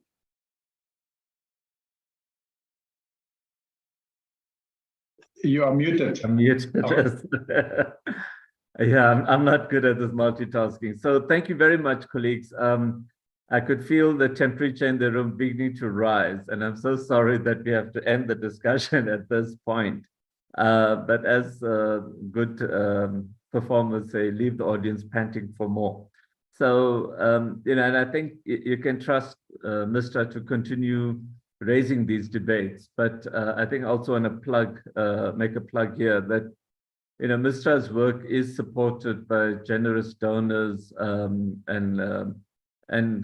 academics and researchers that work with us tirelessly. I mean, there's a lot of work that went into this very publication that we're discussing today. So please support us spiritually, yes, but if you can financially, please do. You can go onto our website and there's a big, bright donate button. You can contribute as little, as much as you want. Debit orders are accepted as well. There's a really strong appeal that, look, we really are requiring more and more support on the financial side to be able to keep up the work that we're doing. So thank you, colleagues. I think this is a really fascinating discussion. Even some of the WhatsApp messages I'm getting from colleagues that are attending really complimentary of the debates that we're having. I think this is the kind of stuff that we need to be having more. And I have no doubt that as the editors take the work forward, there will be, as Siraj had indicated, many more book events or launches. This is the launch, but obviously there'll be other launches in other parts of the country. And we hope that the debate can continue bringing in this different spectrums of views. At 12:30 or almost 12:30, I graciously hand over to Amu. You can make your summary, and then Susan Boyson will do the benediction for this event. Thank you, Amu, over to you. Thank you, Dr. Abba Omar. I should be calling you Dr. Amusweni as well. Congratulations. Thank you. But we're not allowed to say doctor yet until you graduate in 2 weeks' time. I have been listening intently, obviously, and have read the book, which is about, well, not about, it is 590 pages. And of course, it has gone through, a series of edits. I think it didn't go through less than 6 edits, from language, content, technical specifics. It has been indeed an extremely rigorous and extremely absorbing process. And I think part of it goes to the idea that South Africans themselves value South Africa, and South Africans themselves see a land full of opportunity that is riddled with what I would call crises, challenges, and many things to be cautious about.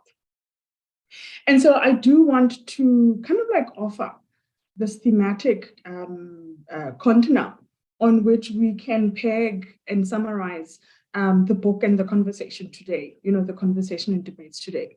Looking at these C's that I've talked about, the crisis, the challenges, the caution, and the complexities. And then having the next kind of like a peg of the continuum being expansion and exploration, related also to the next peg being around opportunity. And so I think that the peg opportunity probably relates also to capability and capacity, collaboration and coordination. So lots of C's there. I'm sure the Comoros would like that. But under caution, crisis and challenges, of course, Mr. Landman does raise the issue, macroeconomic policy. And I think in a way, he's kind of like saying that it may not necessarily be the panacea of, the growth, a different trajectory of growth. And I do think that I'm grateful that the book does offer, as Andrew Donaldson has said, kind of like almost divergent views between Ashka and Eddie Rakabe's chapter, where it allows for a debate to happen. And I must say, Dr. Siraj Mohammed has been quite vocal, and he's an intense debater on this particular issue. And it does mean, of course, just as normal human beings, that the space is quite open. I think in my own kind of like conversations, we have raised a debate that, the macroeconomic policy space should not be one that is, only confined to a group of particular names. And so I think that debate is open, and perhaps going forward, it will continue to go on. I think another thing around caution has been an issue on demobilization. And we're talking about demobilization in respect of policy, and also demobilization in respect of implementation. This point was poignantly raised by DT Malebo when she spoke about localization and the fact that it may have been demobilized over time, and that we have not had the opportunity to reap the dividends and the benefits therefrom. So in speaking about capability and capacity, in Nina's words, we are also looking at a perspective of opportunity costs and institutional and practical opportunity costs, like jobs that she was talking about, that are lost on account of policy and programmatic demobilization. And so this is an area of capacity and capability where we have to reprioritize and work a lot around equality. This is the point that was made. I am also interested in terms of the exploration and therefore expansion, right? Andrew did make a very solid policy recommendation, speaking about the fact that we need to perhaps explore and move towards, a policy commitment to full employment. I do know that Dr. Mohammed would necessarily agree with that, and in fact he has. Part of this work obviously would relate to the compacts, agreements that would necessarily have to take place at a business and kind of like political level, all the different social actors in South Africa. Perhaps that is a point of policy coherence that South Africa can converge on. In terms of opportunity, I do so like the conversation, because a lot of opportunities were raised in the book, in the content, in the debates in the book. So we do have very rigorous and sharp critiques that do emerge in the different chapters, but all of the authors were very astute to the delivery and thinking through the different opportunities, as has been in this particular conversation, and also in the latter part of the morning.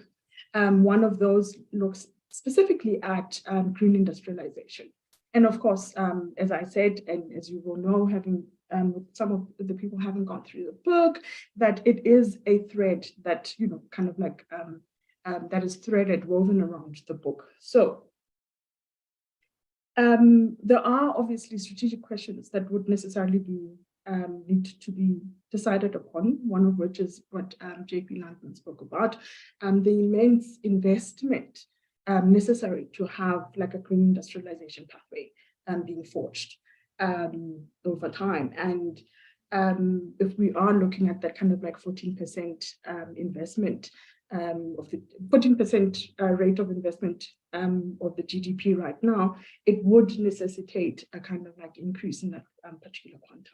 And so conversations and complex and opportunities reside there naturally.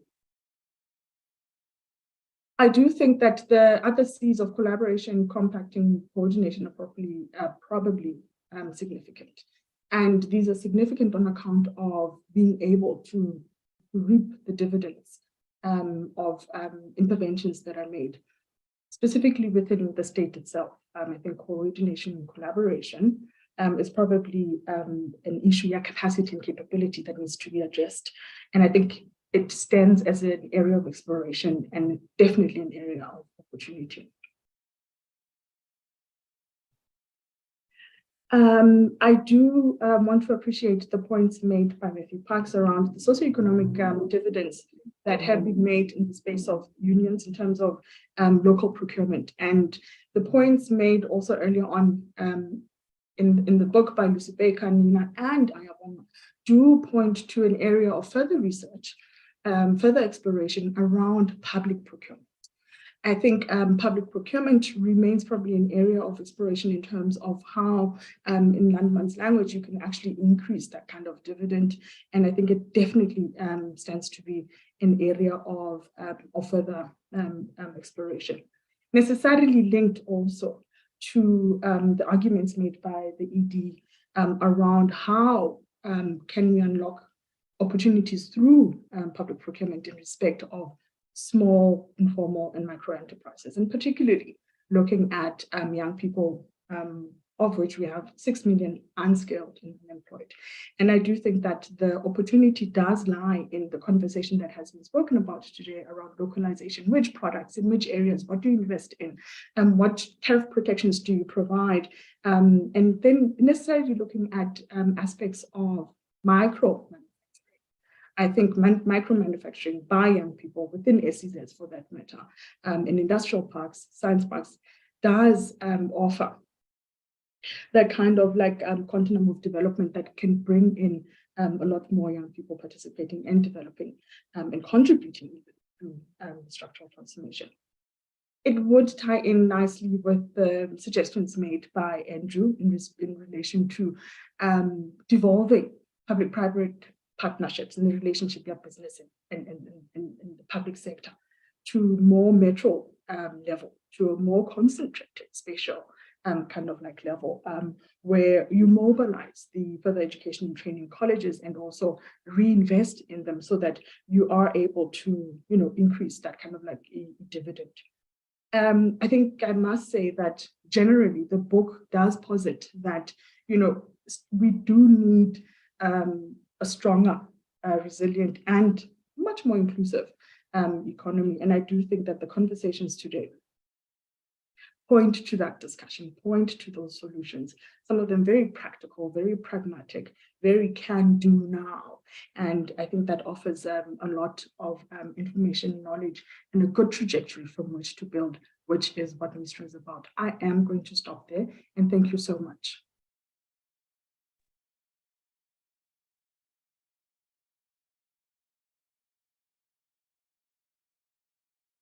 Over to Professor Susan Boyson for the benediction.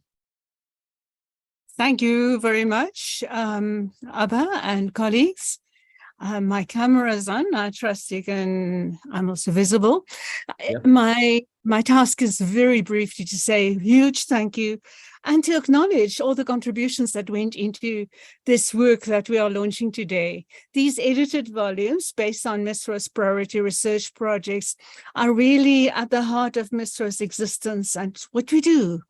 And we invest huge financial and human resources in these books.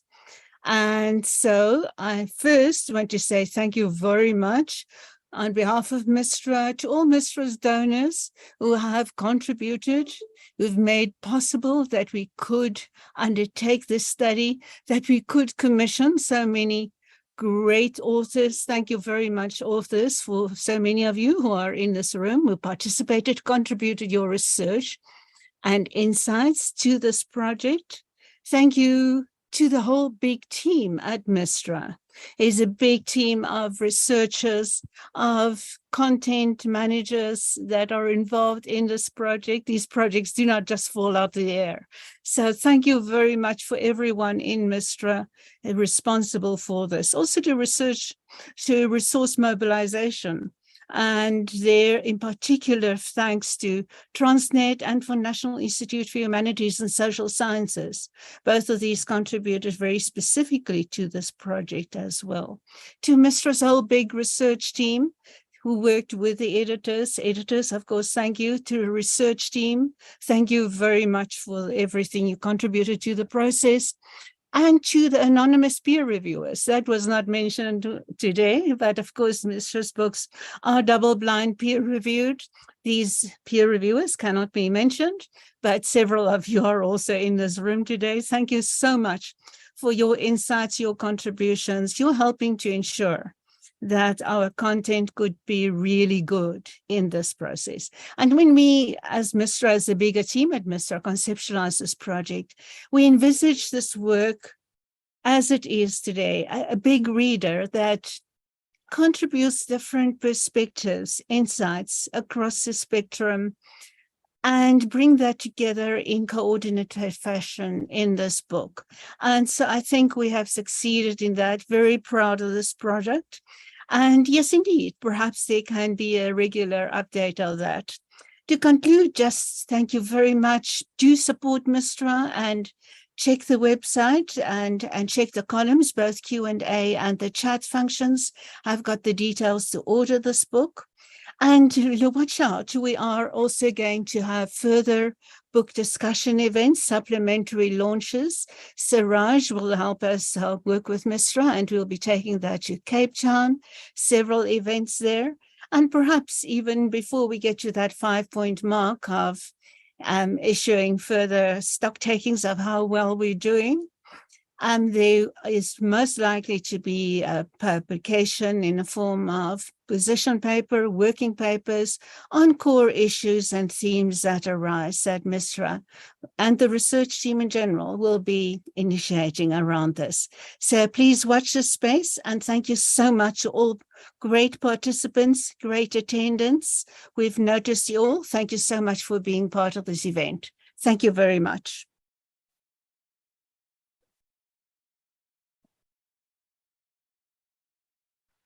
Bye, everybody. Drive safely. Don't do anything I wouldn't do.